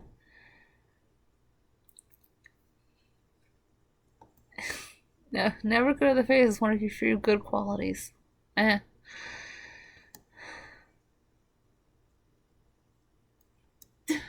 Dane, don't get us going. Oh, she's not wrong. I guess another of his good qualities is probably his chest, right? I mean, those were the pictures you were liking, and now he's shirtless. They're sharing. They're sharing some weed.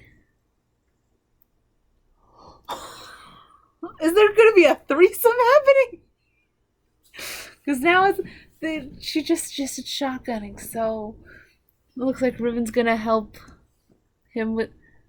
Oh God, gonna get him Dane to breathe it and then breathe it into Beatrix's mouth. While Riven's face is also like in this three-way meeting place.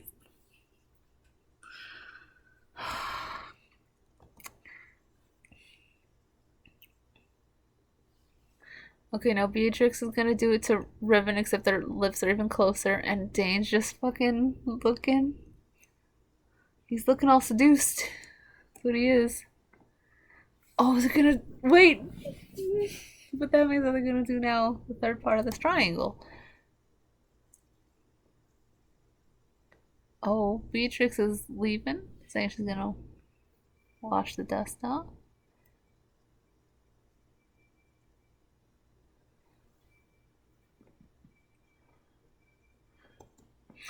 Oh, God.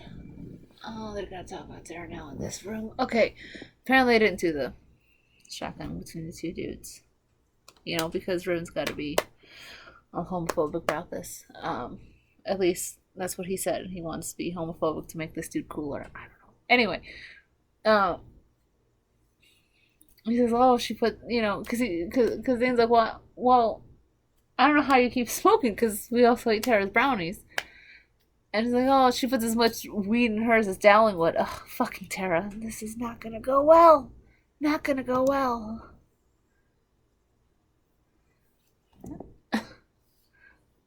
Zane's like, "Don't be an asshole. She made it for everybody." The I knew it, of course, because the obvious thing is, no, no, she didn't. But Riven's bringing it up. She made them for you. Oh, I just.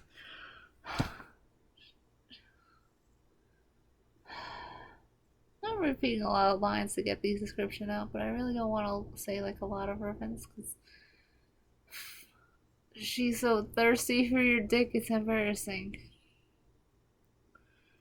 Can I swing that mace in your face, please, Revan? Can we do that? I'd really enjoy it.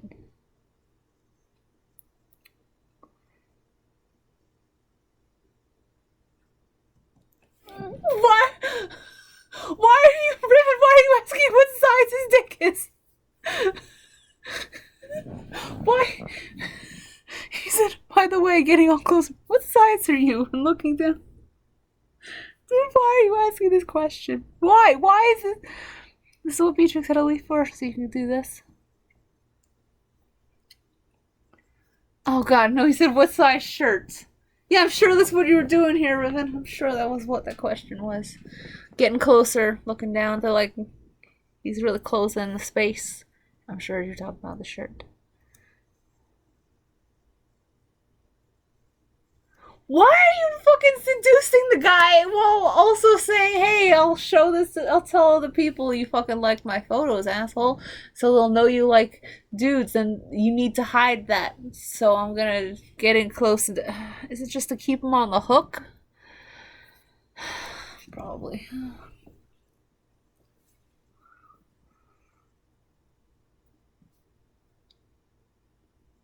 Oh.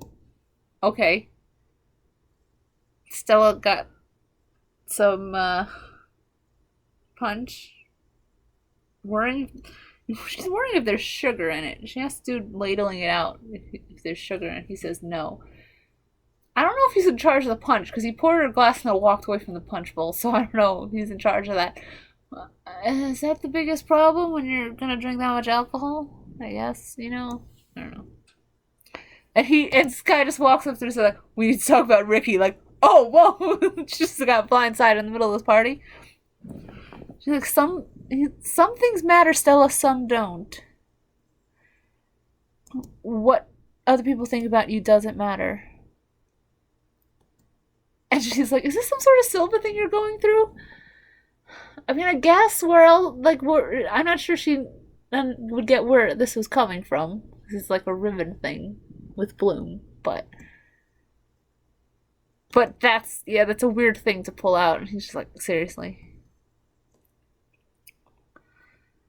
Oh god, yeah, he's definitely drunk. She's wondering. She's like, "Wait, I thought you said you weren't drinking." He's already drunk at the party when she arrives. Fashionably late, I guess.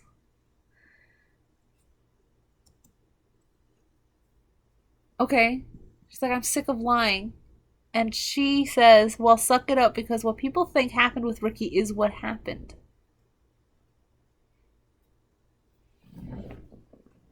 What could be worse than seeming like you purposely blinded your best friend and roommate? That's the better story? That's the good story? What could be the worst story?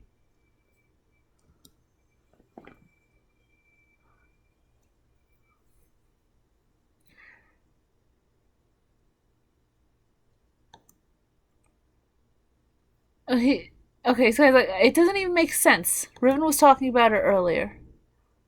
To who? Yeah, because And she's like, what's to Bloom? And she barely believes it. And so I was like, yeah, but she did believe him, right? So I backed it up. You can't see how it's a problem? Yeah, because wait, you want her to back up the fact that you're a psycho bitch. Why is that the good story? Staying with you after you purposely blinded your best friend makes me look at best like an asshole and at worst like an absolute psycho. Yeah. Yeah. Wait, so that's not when they broke up. That's not when they broke up. Because saying he stayed with her. So that's not part of the breakup. So the breakup happens way after that bullshit. So what? So that whole, oh my god.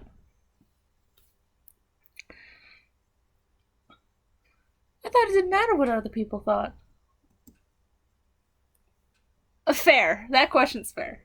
That comment, that is fair. Because it doesn't matter what people think of you. By the way, people think I'm weird. Like that seems like an odd thing. But he's really sick of. Does he knows the truth, right? It sounds like, yeah, he knows the truth. What the fuck is the truth? Why is that the better way to. What actually happened? And why do you want to seem like you're a psycho bitch? Okay. His dad figure just says, burned one dead. End of text. They killed the. I'm sure he's like they killed the bird one, and he wanders up. I think she's like, oh, he's walking off because he just left. So like, I mean, I assume the first place he's going is to see the dad. He's healthy now. But just because like, oh yeah, it's fine. Doesn't mean he probably wants to get a hug. Like, yes, he could celebrate. Yes, you're fucking alive. You're gonna stay alive. Bird one's gone.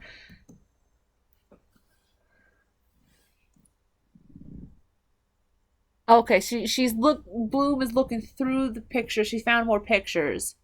I guess she doesn't want to examine them here. It looks like she's taking photos with the phone. She's doing it portrait mode for a landscape. She could have gotten more people in the picture with landscape or whatever. Fine. And maybe she's doing individual shots.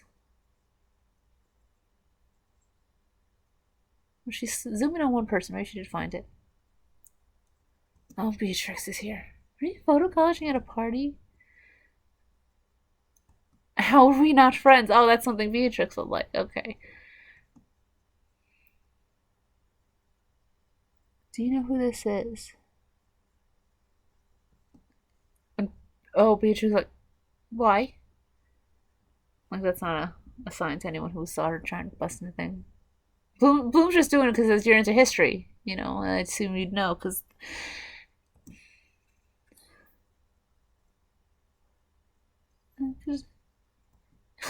It's just like, I still want to know why. I was like, I'm not trying to sound mysterious, but I can't tell you.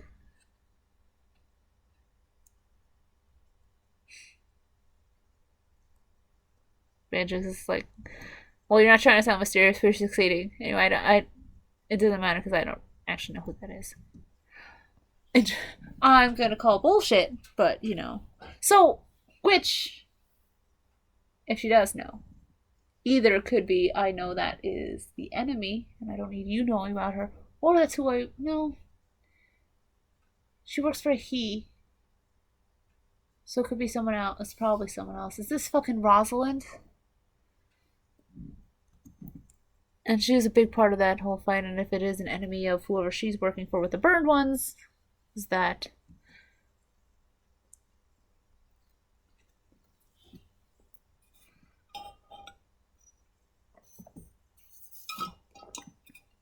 Okay, Boom's bus. Found Aisha, I guess, and apparently in the picture she's standing right next to Dowling, so Dowling has to know who that is.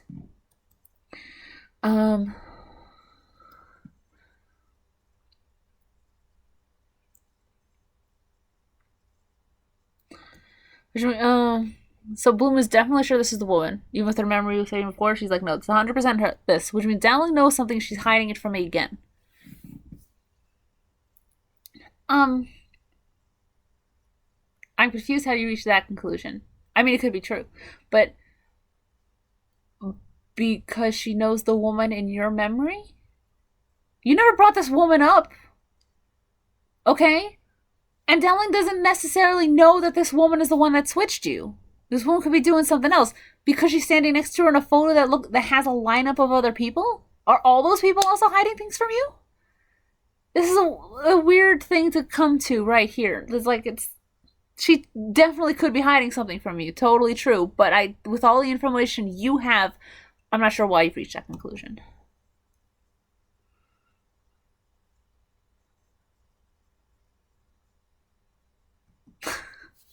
So she's like, fine. We'll talk to her tomorrow. And Blue's like, tomorrow? I'm sorry, you're gonna go tonight when you're loaded? That's the idea? Yeah, I'm full of alcohol. Let's go to the toxic headmaster of a party that everyone believes she doesn't know about. But anyway, let's just go while I'm drunk and confront her about this. I don't know where well, you are drunk, so maybe that's the explanation for all of that. But I'm just like, yeah, no, you're pissed off, drunk. I can do some homework. Let's fucking get out of here, please.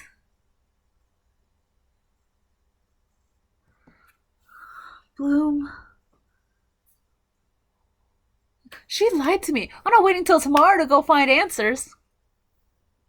What did she lie about? You discovered this woman was standing next to her in a picture. What did she lie to you about? Because you probably have not mentioned this woman to her, right? You mentioned to your friends. Did you go to Dowling and say, I remember a woman. I need to find her. She's not mentioned at all that she's talked to Dowling and Dowling doesn't know. She not even talked to Tara's dad because Tara's dad had the yearbooks, but Tara got them, so probably didn't say, hey, Bloom's looking for someone in these books. If her dad really is distracted, she didn't want to talk to him about it. He has no idea even if she even needed. She probably didn't even ask him about the yearbooks. She probably knows where they are and took them. It's not important that he definitely know because that he'd be asking questions and she didn't want to do that. So, what has she lied to you about? What? And it definitely seems like she's gonna go fully drunk into a fucking talk to a headmaster. Yeah. I should just like, okay, have fun, and starts walking off. Yeah. What are you? Look, what? You're not gonna come? Good, Aisha, talk some fucking sense. Well, no one listens, but she's a fucking sensible one. She's like, you want to see the headmistress at midnight, wasted. Go for it. Probably gonna say, I'm not gonna be part of that, though. It's like, while you're at it, why don't you hit the stone circle and nuke your magic? Oh, Aisha, why'd you say that? That's what she's definitely gonna do, because she's an idiot. Maybe you'll get a signal from your long-lost fairy guide, because that makes sense. I'm done pulling you from the edge, Bloom. Yes, because she's a fucking idiot, Aisha. You're too good for this.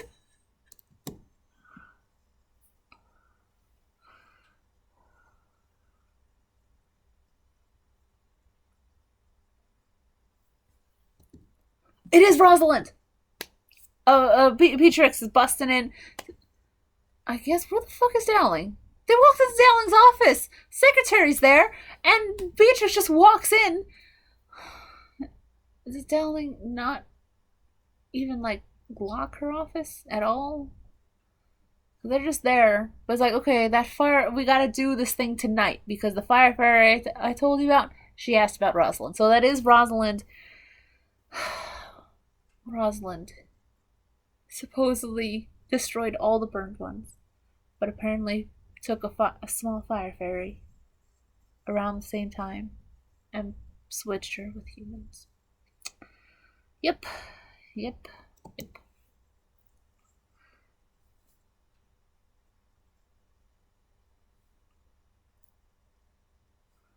She's annoying and cagey, and it doesn't matter.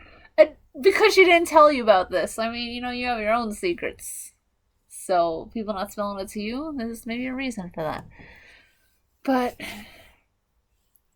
she's like, so we need to do this, but the dude still doesn't know what magic's on the door, so... There's only one thing to do. Oh, no! She's like, this, electricity, and it's on him. Oh, she's just gonna force him through, isn't she? Because they don't know what it does, so they want to figure it out so they can get through. But she's just gonna sacrifice him, right? She's just gonna. I mean, she's already killed people with the burned one, so she threw him through. We spring the trap. She just threw him through. Okay, so he didn't die instantly. Oh, maybe no. Oh, he didn't die instantly, but he's breathing out. I thought that it was like a bit of steam, maybe because she did like have electricity on him. No, his lips are fucking blue. Oh, it's like a cold, some sort of icy spell. And bitch just leaving him there, walking through. Bitch, you don't know none of the spells. I guess we're.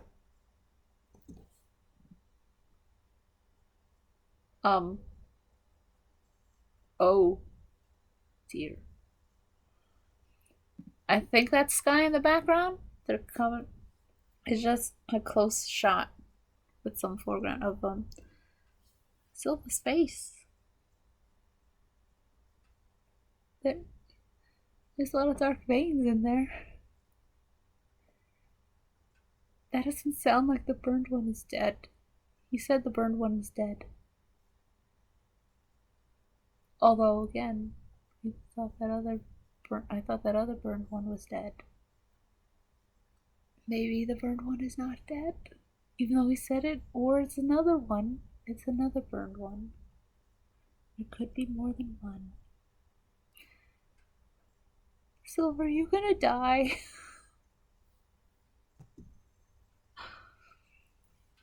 Or maybe it just got to that and maybe it doesn't recede right away. But Silver doesn't look happy. He's at the specialist training grounds and he's got his arms around his knees. It's just him outside. It doesn't look like a happy occasion. I was like, how do you feel? And I think he turned and he sees the veins. Like you said, they killed it. They did? Why are your wounds not healed? Yeah, dude, why are your wounds not healed? The one they killed must have been the one that attacked me. There's more than one burned one. And... oh dear. Did they just kill and leave? They're not searching anymore? Oh.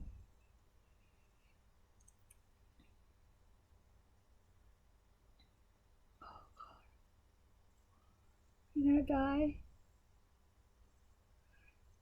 This guy's like, oh, the battalion will keep looking. It's like, it's great, but it's... oh, his eyes are doing that dark thing again. No, yeah, it's too late. It doesn't matter. He's smoking the fish. Unless they kill it in the next 5 minutes.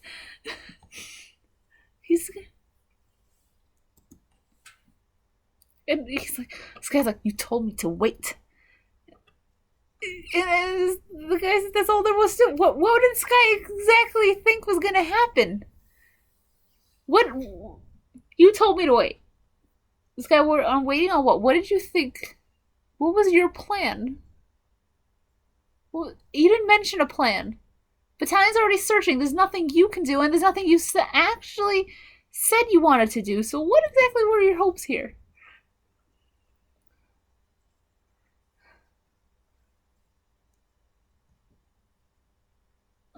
Okay, Sky, I don't know why you're bringing this up, but Sky says the one thing you told me, you always told me about my father was that he died fighting. I guess he means and he's probably gonna say, keep fighting. The thing is, fighting infection is not the same as dying on a battlefield. It doesn't matter how much will he's gonna put into this. This is like a weird magic infection. He can try and hold on, but unless they get the thing, he can't hold on forever. There's a time limit here. Now you're just gonna lie here and take it. What can he do, bitch? What do you expect him to do?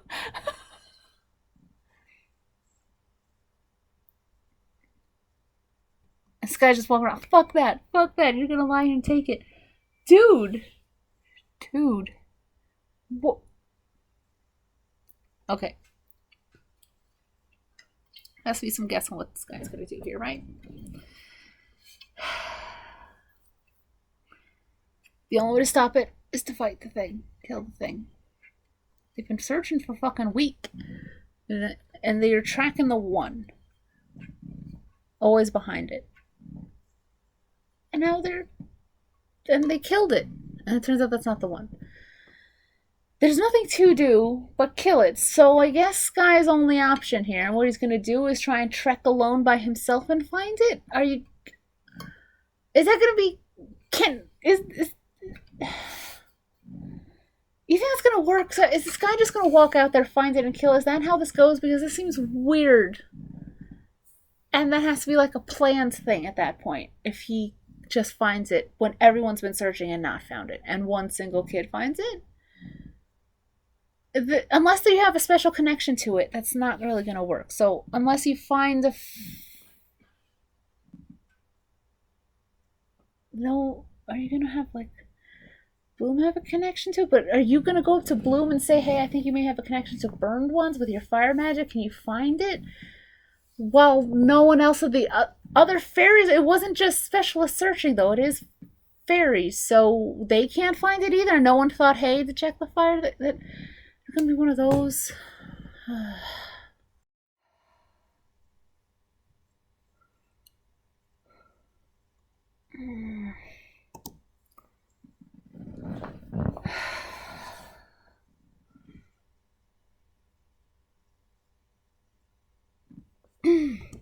Right, Dowling apparently contacted the Queen.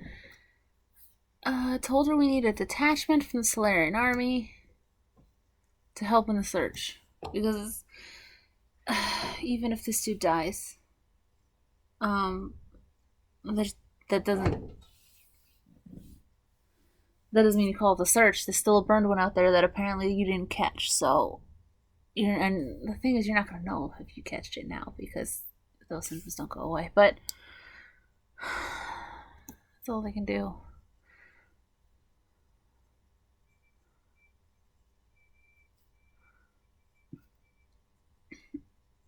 Dowling's drinking now.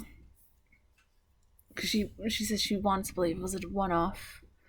A ghost from our past quickly buried, but if there's more than one...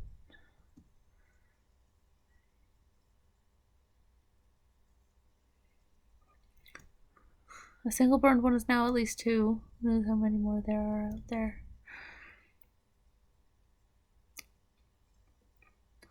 And Ellen says it's her job to figure it out and fix it. Oh, okay. She's been talking to Tara's dad. And now here comes Bloom with her phone. Let's see how that shitstorm goes, huh? You shouldn't be in bed, and you should tell me the truth. And here's showing a picture of the woman. Oh, Tara's dad's leaving. Dallin doesn't want him there. So what is this? Okay. She's like, the woman standing next to you is the one that left me in the first world. I guess we'll find out if she actually told Dowling any of this.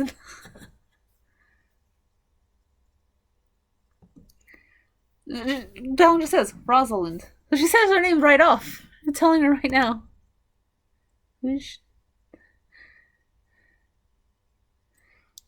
So, okay, she was a headmistress before Dowling. Oh, and Dowling was her student and protege. You were there 16 years ago when she did it?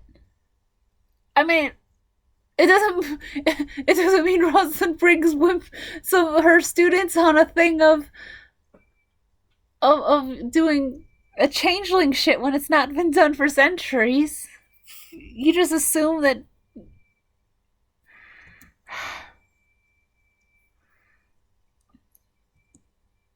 And I was like, I told you the circumstances surrounding your birth were as much a mystery to me as they are to you. And I was like, can't you see how that's getting harder and harder for me to believe? The thing is, even if you're totally right, Bloom, I don't understand where some of your conclusions are coming from.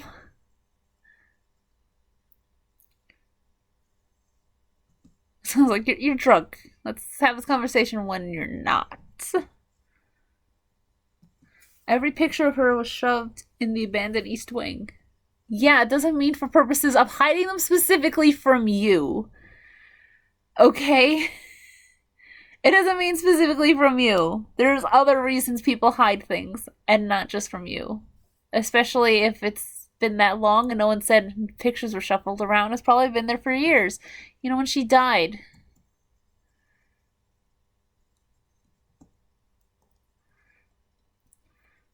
Rosalind had mistress during a difficult period in Althea's history. It's not a time we're keen to celebrate. It's like, Blooms, I want to talk to her. I was like, and down like that. That's impossible. I was like, really? She's probably gonna think, oh, you're hiding shit from me. Not, oh, she's dead. Because a week ago I had a vision, a memory of the day she left me on the first world. You thought she planted that in your head, I guess from far away? Or maybe it's like what I said, that it was left there for so long. She left it there. Now, I'm going to assume that Rosalind possibly could still be alive. But there's other ways those things could happen. It doesn't mean she was currently alive and sent the message to you. It could be she planted it 16 years ago. What if she died right after and you don't know? She said, find me. I want to talk to her. You sound... Oh. Tell her she's dead, Bloom. Oh, Bloom's shocked. She's been dead for years.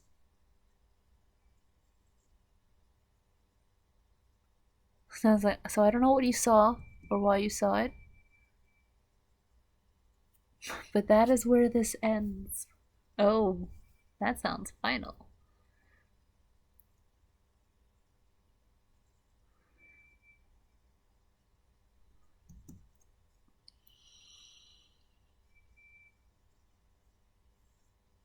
I don't know if you can tell by the look on my face that as she's still loaded, and that conversation didn't go as she wanted it to, that she's going on to the next stupid thing. Probably pumping a lot of magic in the stone circle and trying to summon Rosalind there. I don't know if she believes Dowling that Rosalind's dead, or she's gonna hope to summon a ghost, or she just thinks it'll give another vision that even if Rosalind's dead, there's something else that she can get, or Rosalind's not dead and is gonna send a vision when she does this. I don't know.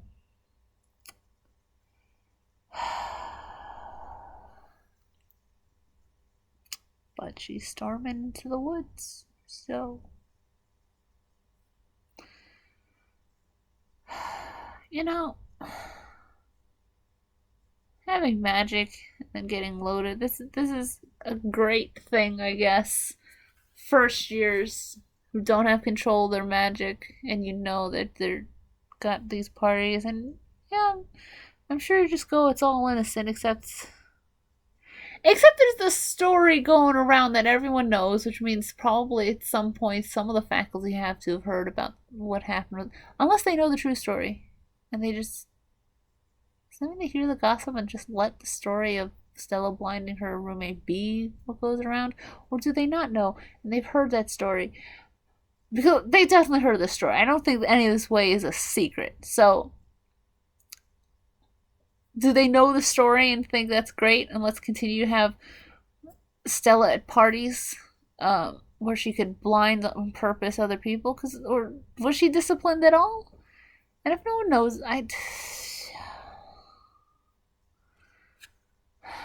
maybe they'll tell us what this is. Yeah, go into the woods. Yeah, smart girl. Let's see what happens here. Why is the vessel out there? Just realized there was a whole thing on the first day, right? Beatrix is trying to be all, get I'll carry the vessel for you, and it's the freaking metal bowl. It's housed outside the headmistress's office, where the dude had, was his paperwork and stuff. There's lots of books and shelves there too, so he took it out of there, which means it's usually housed there. Is it only housed there during the summer? Because it's in the stone circle right now. I thought it was a thing where you brought it out for the class to help them, see your magic in the bowl, but you don't leave it out there. Because you didn't. You had it in your office. But I guess it's only for the summer. Which doesn't totally make sense, because if you leave it out there all the time, where no one's supposed to be going to Stone Circle anyway, you don't need to put it away for the summer, because you always leave it outside with no one watching. So just because no one's there during the summer doesn't mean you can't just leave it out there. No one, you don't watch the bowl anyway. So why is it there? Okay, let's go. She's got a vessel. She's got fucking fire. She's lit it up. Let's go. Let's go make these bad decisions. Oh, fire all up her arms as well. This doesn't look like an evil ritual at all.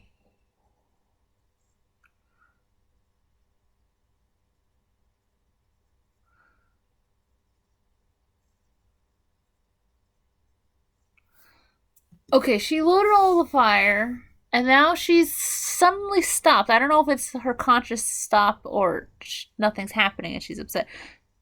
The fire goes down, the fire in the braziers out around are also out, and she's crying now. This is just instrumentals, nothing from her. She's looking at her hands, and I don't know if that is it. More determination. This guy got dressed up in okay. That looks like the fairy dude was wearing that. So is it just, if you're in the battalion, you just wear mix of clothes? So if you're specialist or battalion fairy, you all wear the exact same stuff, or is it separate? Because he's wearing a weird mix. I don't know. I'm just going by the color of his shirt, but who knows what's going on here. Wait, why is he at the stone circle? He's all battled up. He's got a sword on his back, a dagger on his front. He's probably gonna go hunt the burned one, and he looked for her. So I guess she has to be part of this plan, right? He just, unless he was walking by and saw a fucking fire. He's checking on her though.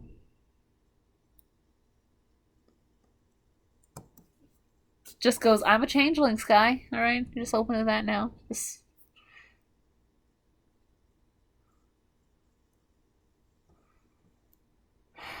Well, she's deciding this is the time to explain her tricky family history. The fact that she doesn't know who her family is. So I'm out here like a crazy person. Yes, good. Good, admit that. Because I'm apparently willing to do anything to find the possibility of an answer. Yeah, like a crazy person. Including lighting up whatever this is.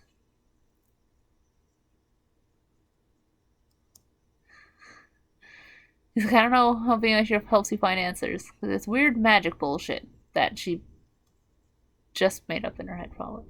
But he's like, oh, but I get it.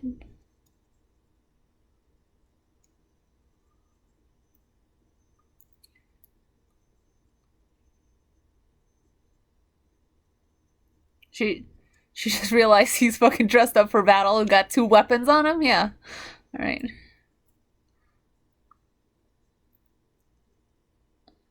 So he wasn't looking for her specifically, right? He took a break from his important mission of saving his dad to talk to her in the stone circle. And have this conversation. There's no saying, yeah, Sylva's dying. The burn one they killed wasn't the right one.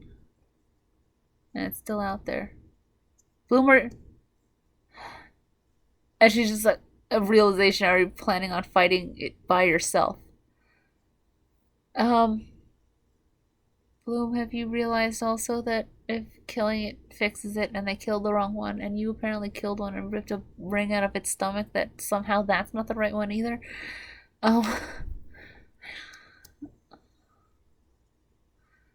Even though I was the only one that was close enough to do it, so either it was the wrong one or you didn't kill it and it was alive when you ripped a ring out of its stomach. So he's like, yeah, I'm not the only crazy person, because he's going out to fight this shit himself. Besides, I can't sit around and do nothing. Ugh.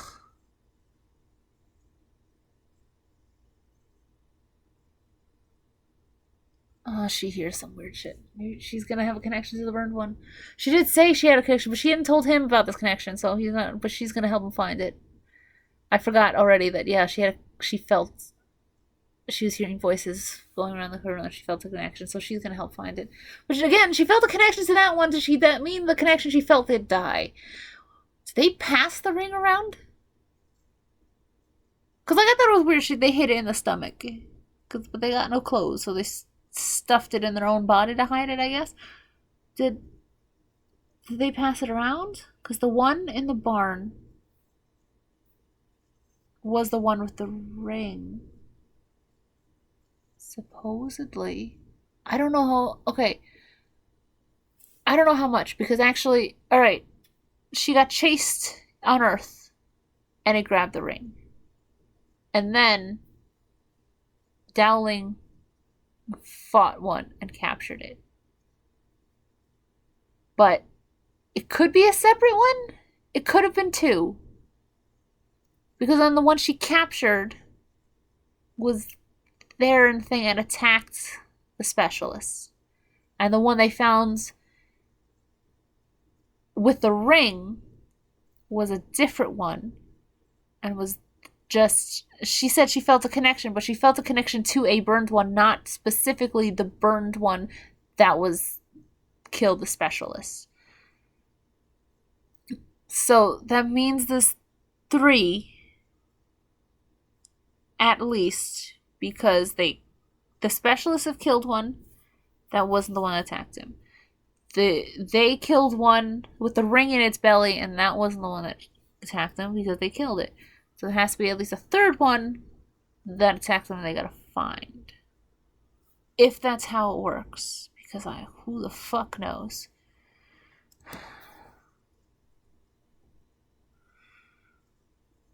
But she's hearing mystical whispering. Bloom, bloom. And she looks crazy. She's still drunk. But anyway, she's like, you may not have to. And she's looking in another direction. He's just like, she just turned away from me and says weird things. Okay. Seriously, her eyes are so red. She's so drunk. Or it's supposed to be, it's the crying, but to me it just looks like she's had so much alcohol.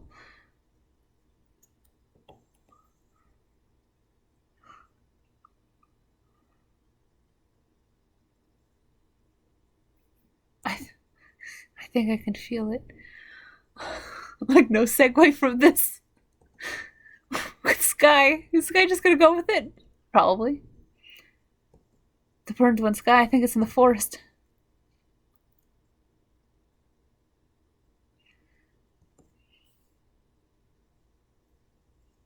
She says we have to tell Dowling right away. Sky just whoosh, right past her. So no, they're gonna hunt it now.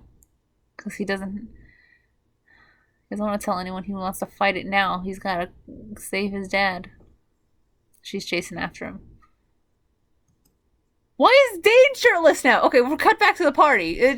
But Dane is shirtless and they're playing beer. He's playing beer on with Tara. They're on the same team, it looks like, though. Versing. Oh. Wait. Griffin, you don't want to be shirtless at this party? Weird. You posted your fucking shirtless pics all over the internet, but you don't want to be shirtless at this party, or I guess you just want Dane to be shirtless at this party because he's wearing Dane's shirt. Because I remember he did ask about shirt sizes, but again, it looked like he was trying to seduce him. So, but he's with Riven and Stella's two friends, I think, or at least one of Stella's friends. I don't know what the other one looked like, and then versing shirtless Dane and Terra. Oh, Terra hugging shirtless Dane and cheering as they won, but oh, Terra, they're she pulled back and was like, "We make a great team," but they still got their arms there, and no. And Dane looks at Riven because it's like confirming what Riven said about the fact that Terra wants him.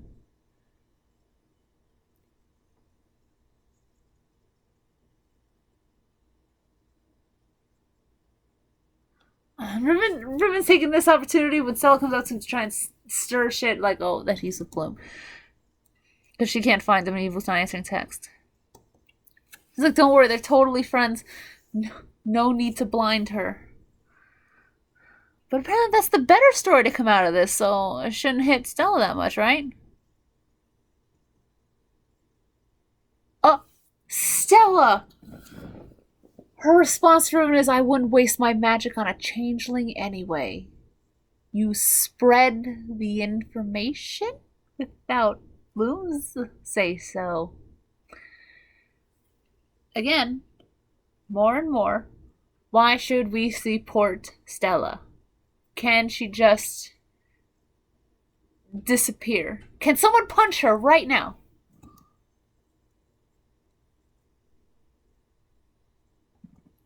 She was like, wait, Bloom's a changeling. So I was like, whoops. No.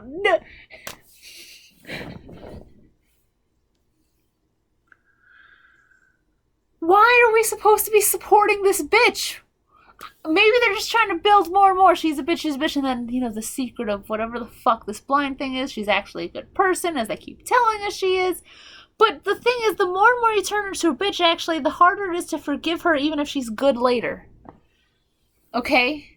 So you built her so much of a bitch that it doesn't matter how much good she's doing later. I'm gonna remember this bullshit and think, no, I don't forgive you. You're apparently secretly good. It's so deep, so long to come out. That. Oh my god.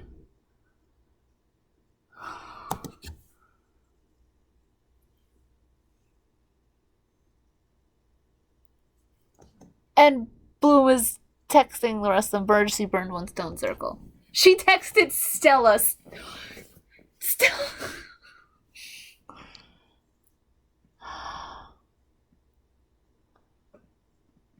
I don't.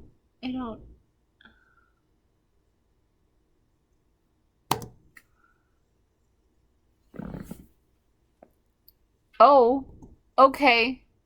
Sam and Musa are just kissing in front of the suite door, so.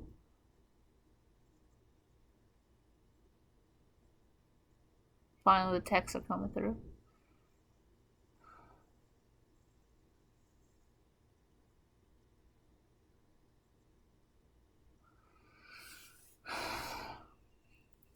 Alright. The gang's been summoned and Beatrice is in a tunnel.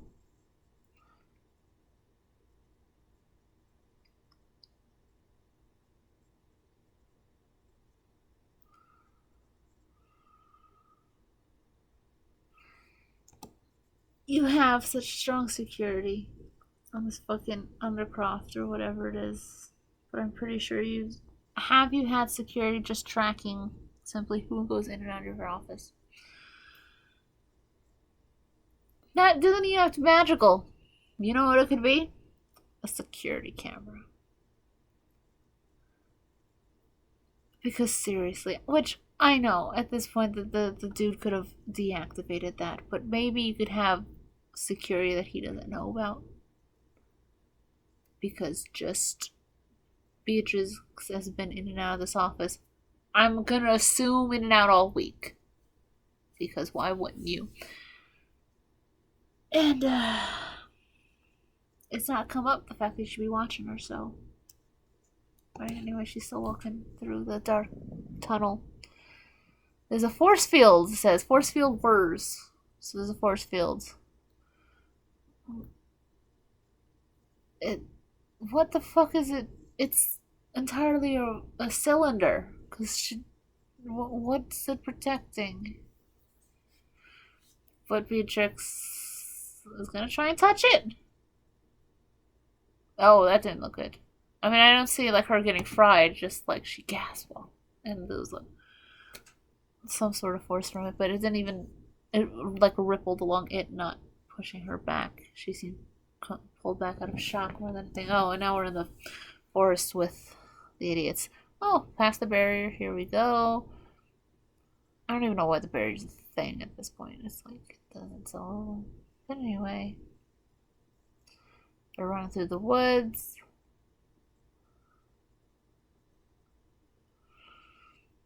Apparently, it's close. I still want to know why you can track these things. Everyone wants to know. Okay. One of the mysteries of my life I could be solving in the protective brace. One of the mysteries I could be solving in the protective embrace of the barrier. I mean, you didn't think of a protective embrace every other fucking time you went past this barrier, so you know.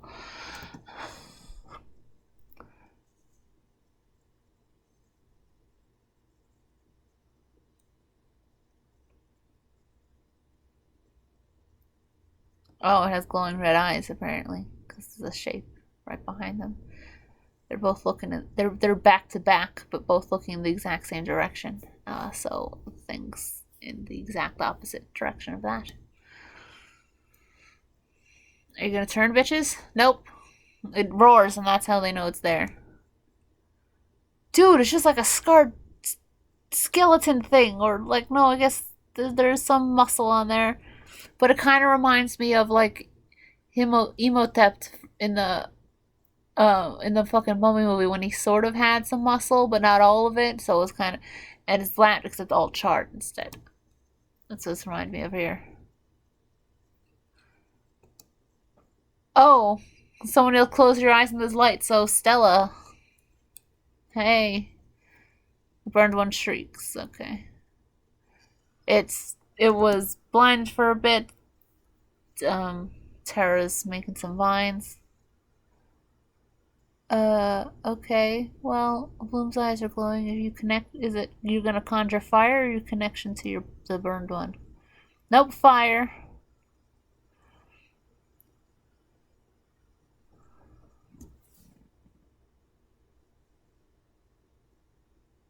Right. Tara's vines hold it. Bloom puts fire at it to burn the vines. I don't know. Then as she's doing, she yells for Aisha to splash it. Is she going for? She thought is that the combo that kills it? Fire and then doused? Because I'm not sure why. Because what was that entire action? What was that? I mean, it doesn't matter. There's no more vines holding it, but this guy goes right up to it and stabs it, so I'm gonna guess it's gonna die. But what was the point? Was the vines just so that she could get a shot with fire? But I'm still not quite sure if fire actually works. It's called a burned one. It looks like it's been charred to bits already, so I'm not sure how much more fire is gonna fix that. But she roasted it just like for a flash, and then water put out her flames from her hands and the thing. I don't know why. What was the combo for? It's not like water killed it last time. I'm pretty sure they impaled it on a spike last time, unless they thought the water. There was no explanation of that combo of magic killed it last time. What did they do now? This did make sense. Also, that combo didn't kill it now. But killing it is going to be Sky stabbing it in the chest. So it's what you fire it, then you water it, and then you get a pointy thing and stab it. That's the peak way to kill this thing. You not said that, but I'm going to assume that's what your thought process was, because that's the only thing you did here.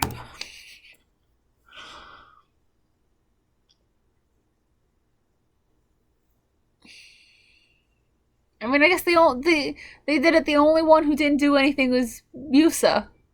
Is Musa gonna start reading its mind right now as it dies to tell you so that each one of them got a little thing during this battle?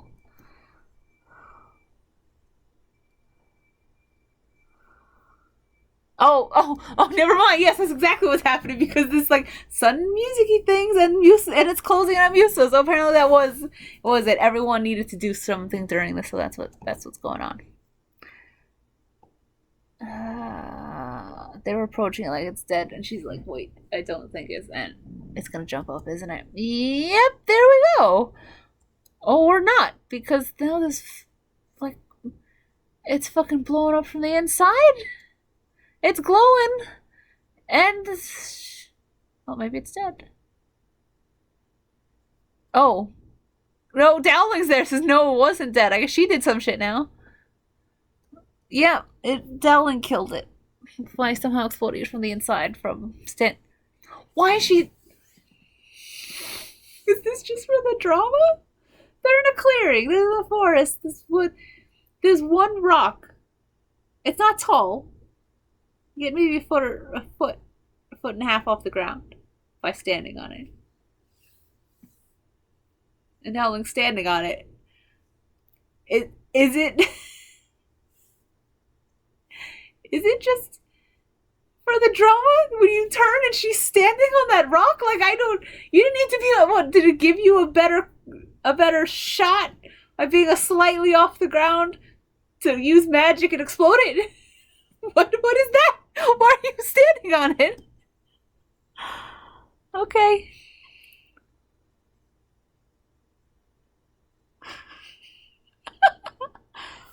Oh, okay. Secretary is still alive. His lips are blue, but his eyes are moving. He's looking back and forth because Beatrix comes back from down there because probably she can't get through that force field. Well, that was a bust. Turns out Dowling's a more cautious bitch than I thought. Surprise! She had two things on this door. Of course, she's gonna have more down there. I don't. Just when we get through one bear, she sticks up another one. If it's not figured, yeah. Are you gonna help this dude? Is he gonna die here? You're talking while he's like wide-eyed staring at you, possibly frozen and dying.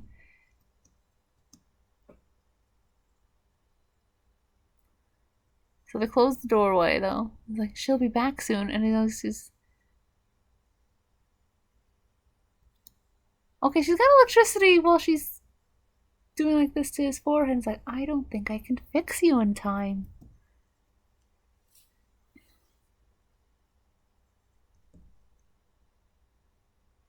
It's just a shame, because for the record, I kind of liked your Adam's apple.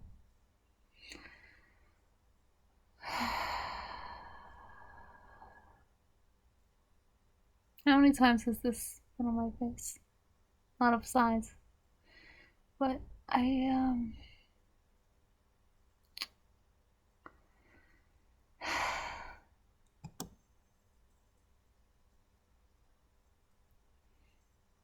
just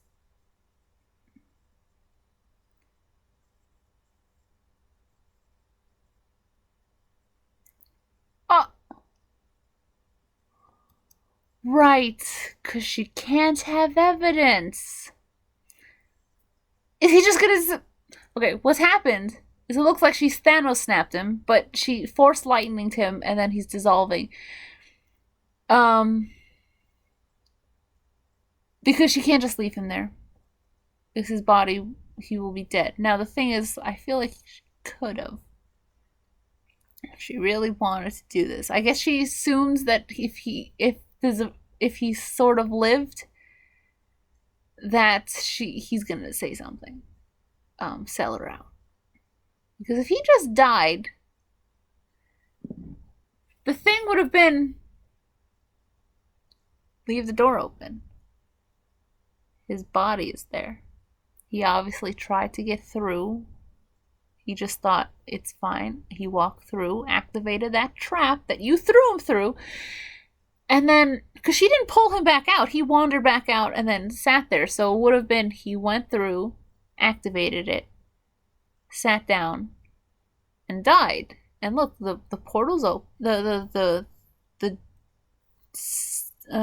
shelf, the bookcase door's open. He's sitting next to it, a victim of a trap that you had put on it. That would have been the end. But she's dissolving him instead.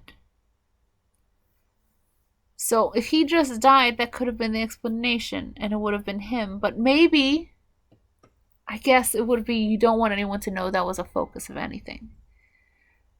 That I feel the thing is, what, he's just gonna disappear. Now here's the thing though. No, this doesn't make sense, because she's gonna know that trap is gone. It is. It is gone because she walked through it after she made him set it off. So Dowling will notice the trap is gone. It's not active anymore. Someone set it off. Her secretary's gone. Now maybe she thinks what, he went down there, came up, and just disappeared after he didn't get anything? Or, because what is the point of dissolving him? What's going to be this point? You could have blamed shit on him. It's not good. It's not morally great, but you could have blamed it on him. The person who was looking through your shit is dead. That's it. But instead, you're going to have evidence that someone got in. The secretary just disappeared. So either he left without getting anything he wanted, or someone got rid of him. So, what is the point of dissolving him?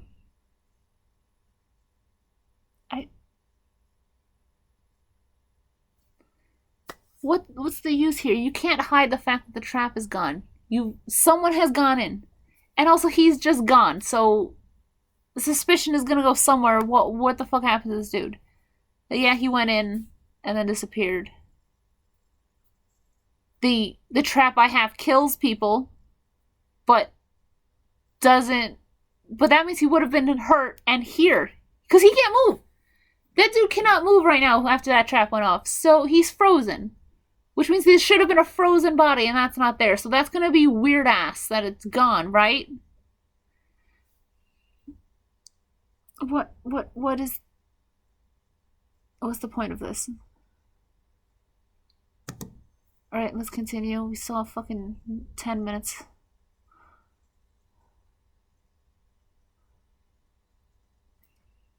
And he dissolved him, that's great. And she's I guess texting Riven and Dan, you boys still raging? I don't know. Or burned ones, who the fuck knows who she's texting. But Harvey's checking it, and there's fucking still a wound on his back, but there's no dark veins, so they got the right one.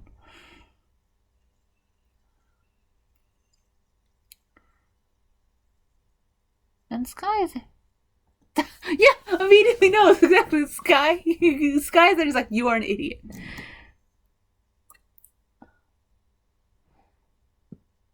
Like, he's calling like you're super impulse pregnant. He's like, I know, but is it better?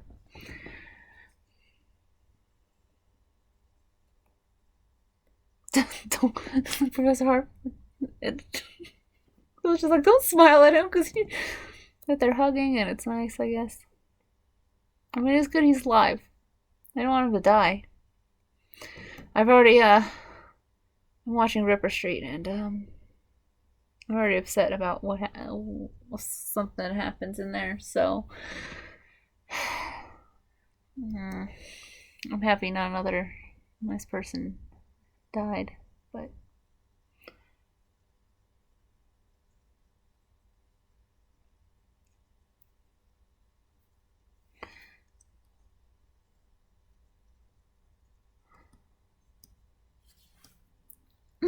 that you and Silverlight has not changed how thoughtless all of you are, as she's telling it to the Winx Club, I guess. We'll discuss consequences in the morning. Good. Oh, but she's smiling as she walks away. Like she turned her back and she's smiling as she walks away. So they're gonna get rewarded for this in some way. Or not rewarded, but she's definitely the support of this.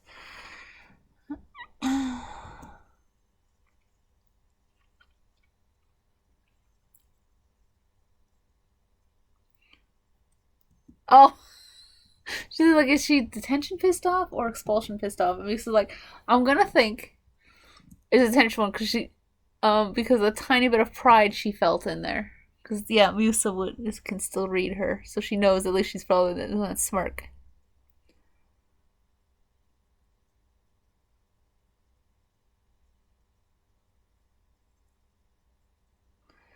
Oh, Bloom sees Sky come. So I'm like, we should go upstairs so everyone clear out so he can talk to Stella.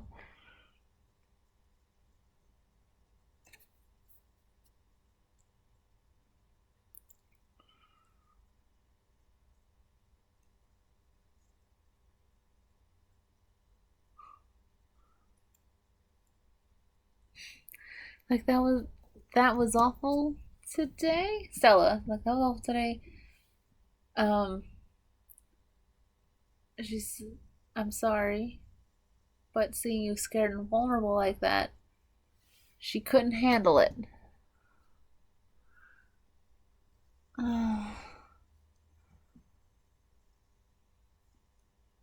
He's like, I know, I felt it.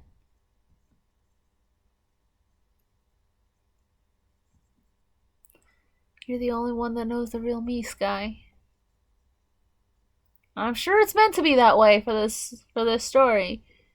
But again, I still don't know if I trust that you're actually showing the real you and it's not some fucking manipulation. And knowing that the story you want is that you purposely blinded a person, that's better than whatever the fuck you actually did. But it can't be bad because he supports you after knowing it. So it's supposed to be that, what, did she do something nice that for some reason he's confused on why she... Just frustration.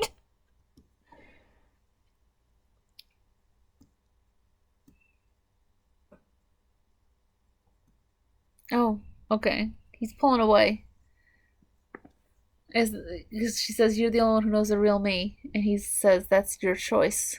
Because she's making him lie about it. She's spreading a false thing and wants people to believe that. So, yeah, it's not, I'm misunderstood. You're literally putting misinformation out there. You want people to not know. So that is on you if people don't know you. She's like, it's not, though. Because she's the heir to the Solarian throne. Yeah, you're the heir to the Solarian throne, and you want people to believe you purposely blinded a girl for looking at your boyfriend. That's the story you want the Solarians to all think. If you know the kind of pressure I'm under. It's like, I do. You know I do. Is it going to be revealed that he's a prince? Of course he knows because he's a crown prince and he's going to have that pressure too, or is it something else? Or is it just a sort of relation because his father's there? I don't know. There's been a big thing about the father, right? I don't know.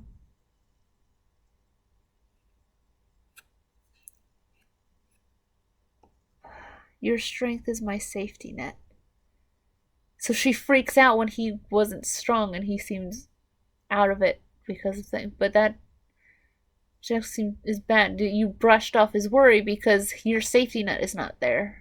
You don't support him when he's upset because you need his strength to support you when you're upset. So you're just gonna brush off when he is not as strong anymore, and that's not great.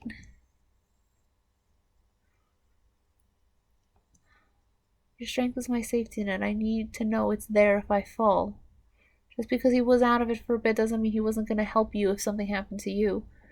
But you're not going to help if something happens to him. I mean, yeah, you came out here for this, but actually you didn't follow him. It was Bloom who called all of them, so that's the reason she was there.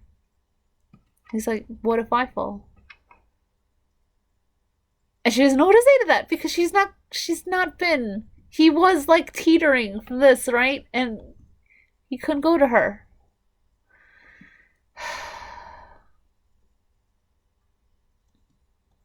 Oh, back at the dorms. Oh, okay. So I think Muse is gonna try and Jessley's branch talk about the brother. She's like, "Oh, so your brother seems kind of," and Terra's like, "Oh my god, I know, awful. Sorry, that's not." Eh, but well, okay, Muse is still trying to bring like, no, he actually seems kind of great. Seems being the key word there. I thought you were close. He says you're close. Why are you saying like that to your friend? I mean, it could just be, sibling stuff, I guess. Although I don't. I mean, I wouldn't say that about my brother. I mean, we have that. I mean, I don't know if I have a regular sibling thing, but that seems. But this is all I always see this as a sibling thing. Oh, yeah, say that's it. And I can complain about him to my friends, but on first meeting, I wouldn't say, oh, you think he's okay? Well, I'm going to say, I don't know. Or I guess I could, but I don't know why. Maybe it's just a sibling thing, and I'm just looking at shit on this show to pick at. Not that it's not enough already, but maybe it's just making me down on everything. Um, because I could say shit about my brother, but it's just I don't know. Maybe it's just because also I mean the, the brother seems nice here. Is it just I don't know. So after that, he's just okay, puts on headphones and walks out. I don't know if Tara's gonna get the message that maybe she should have gone this a little differently, because that's, or is she just gonna take that as a Musa thing? Nope, she's texting Dane, so she didn't get that was a anything. Okay, she's like had fun tonight. You? Oh, and it shows the little thing he's writing, and then nothing. So she saw him. She was staring at the screen, so she sees him that he was kind of leaving it. Or did he send the video? Because now she's watching something. And it's Beatrix's voice. That's not great. Here we have Wasted and Wasted her. It's shirtless Dane, kind of. I don't know. What is he doing with Riven? Riven smoking something. They're like kind of wrestling. Oh no, okay. She didn't text it. It's on. Or did she text? Or did he text? It's definitely an Instagram thing. Tricks and treats. So it's Beatrix's Instagram with this video and the stories. And she's watching it. Does Tara look at Beatrix's stuff? Or was it sent? No. I don't know if she sends stories that way, so she just checks Beatrix's Instagram, I guess.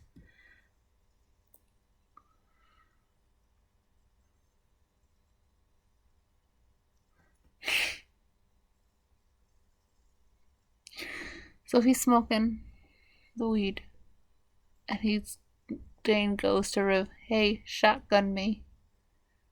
And then Riv says, "What about your girlfriend?" So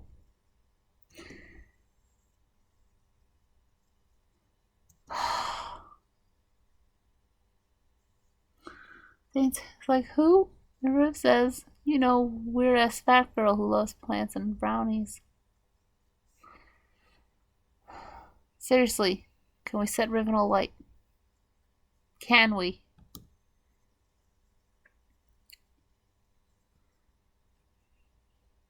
Dane, no. Dane, no. She can go and fuck a flower. I Well, I didn't have high hopes for you, Dane. I had high hopes for you in the first episode.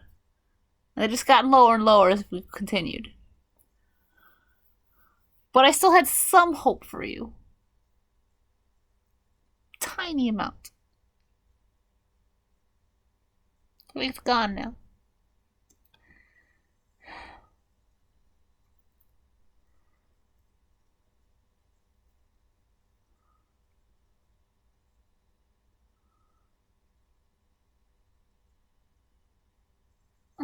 And they recorded the shotgunning.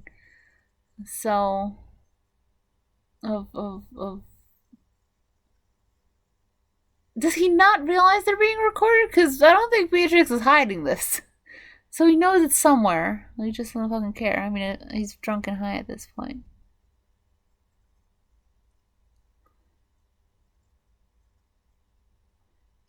Oh, and then it's all three of them. Riv breathes in, and all three of them are in a little triangle. Oh, did that go into a kiss? I don't know. I can't fucking tell. Oh no, it went into a kiss. Oh, and it was posted, and Tara's watching it.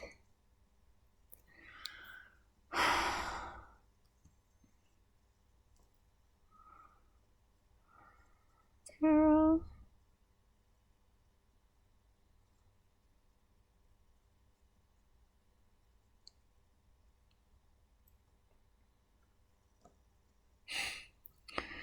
Bloom's opening to Aisha saying, you would have been proud of me. I went to the stone circle tonight. I assume she's going to say, and I didn't do it. Maybe she did cut herself off. Like she was upset. But she's like, she was doing the fire and maybe she did herself stop it and think, I shouldn't do this. But opening it with, I went to the stone circle tonight. I mean, I know you told me not to, but I went there. But that's like a weird opening. Like, I know expressing what he said would be stupid. You should be so proud. Yeah. He's like, oh, I went to some circle tonight and chose not to summon all my magic and burn the other world down. That's what you should be proud of.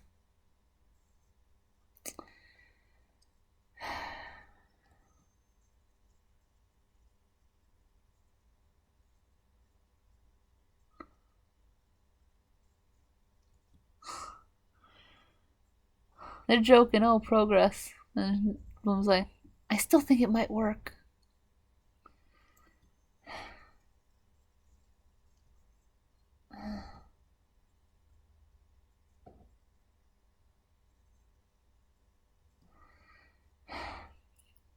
Okay. Yeah. She's like, oh, I felt the burn one again tonight, and Dylan was acting really strange.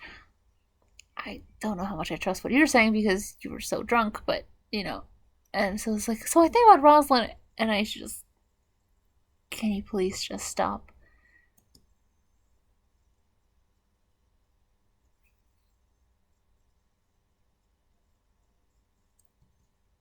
I was like, oh, it's tomorrow because it's late. Like, I think she's just like wants her to fucking stop.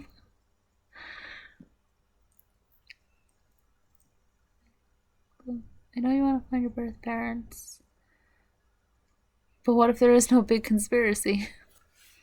Because the thing is, it's weird that it's happened, but and we know, yes, there is a big conspiracy. That's how this is gonna work. But changelings are a thing that have happened. It's weird that it's happened now, but it's not a shock that a changeling is a thing. So it could just be someone decided to.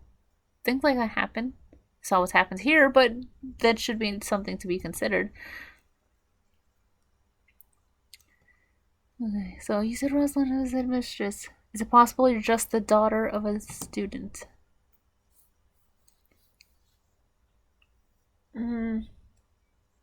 Okay, but when you go on that track, specifically bring Rosalind.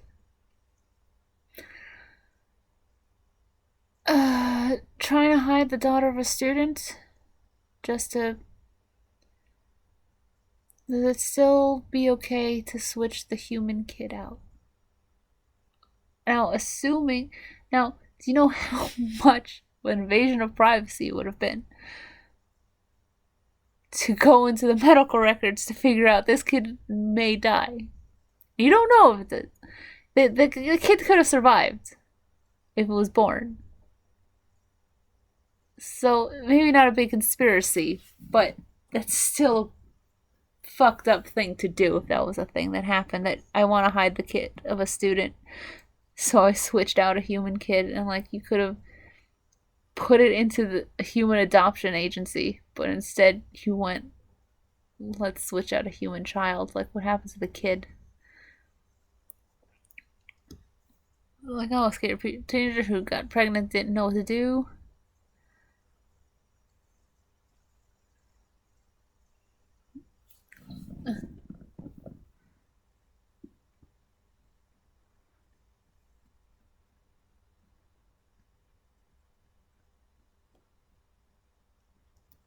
Okay, so I should bring that some people kill to have apparently blooms natural with magic.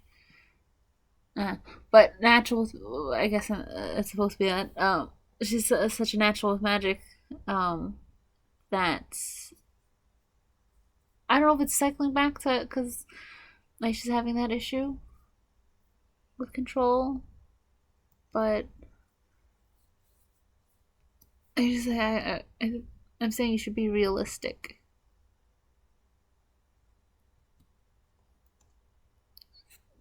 I but do you know what that means for me, Aisha? Be realistic, but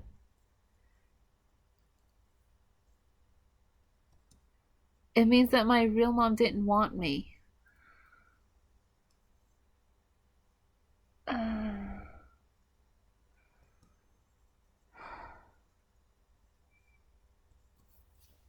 mm. Okay, so we've gone to that, which kind of goes into. I know this is a thing because with adoption stuff, when you're adopted and you think what happened to the fact that my real parents gave me up. So I guess that's where she's going here. She's worried on that because then the thing is, um, cartoon wise, the I don't remember when they told her she was adopted, but at some point she comes out and she knows that they. I mean, I feel like this is a story they would have told her like early. In fact, they found like as a thing like that they found her in a fire.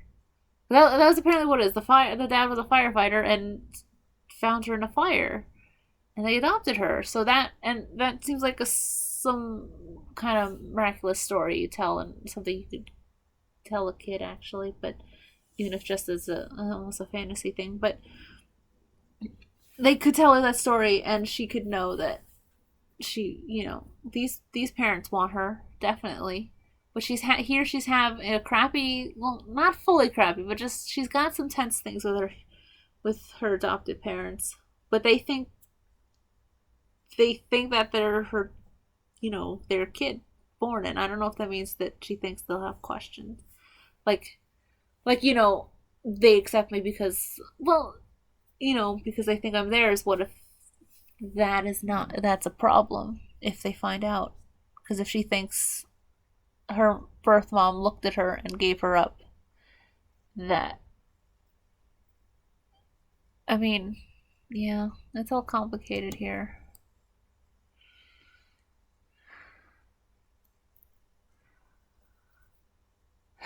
Apparently, that's what's been going through her head since she found out she was a changeling, that her mom didn't want her. So she's holding on to this conspiracy because she has to believe this more than that. She doesn't want that to be what this is.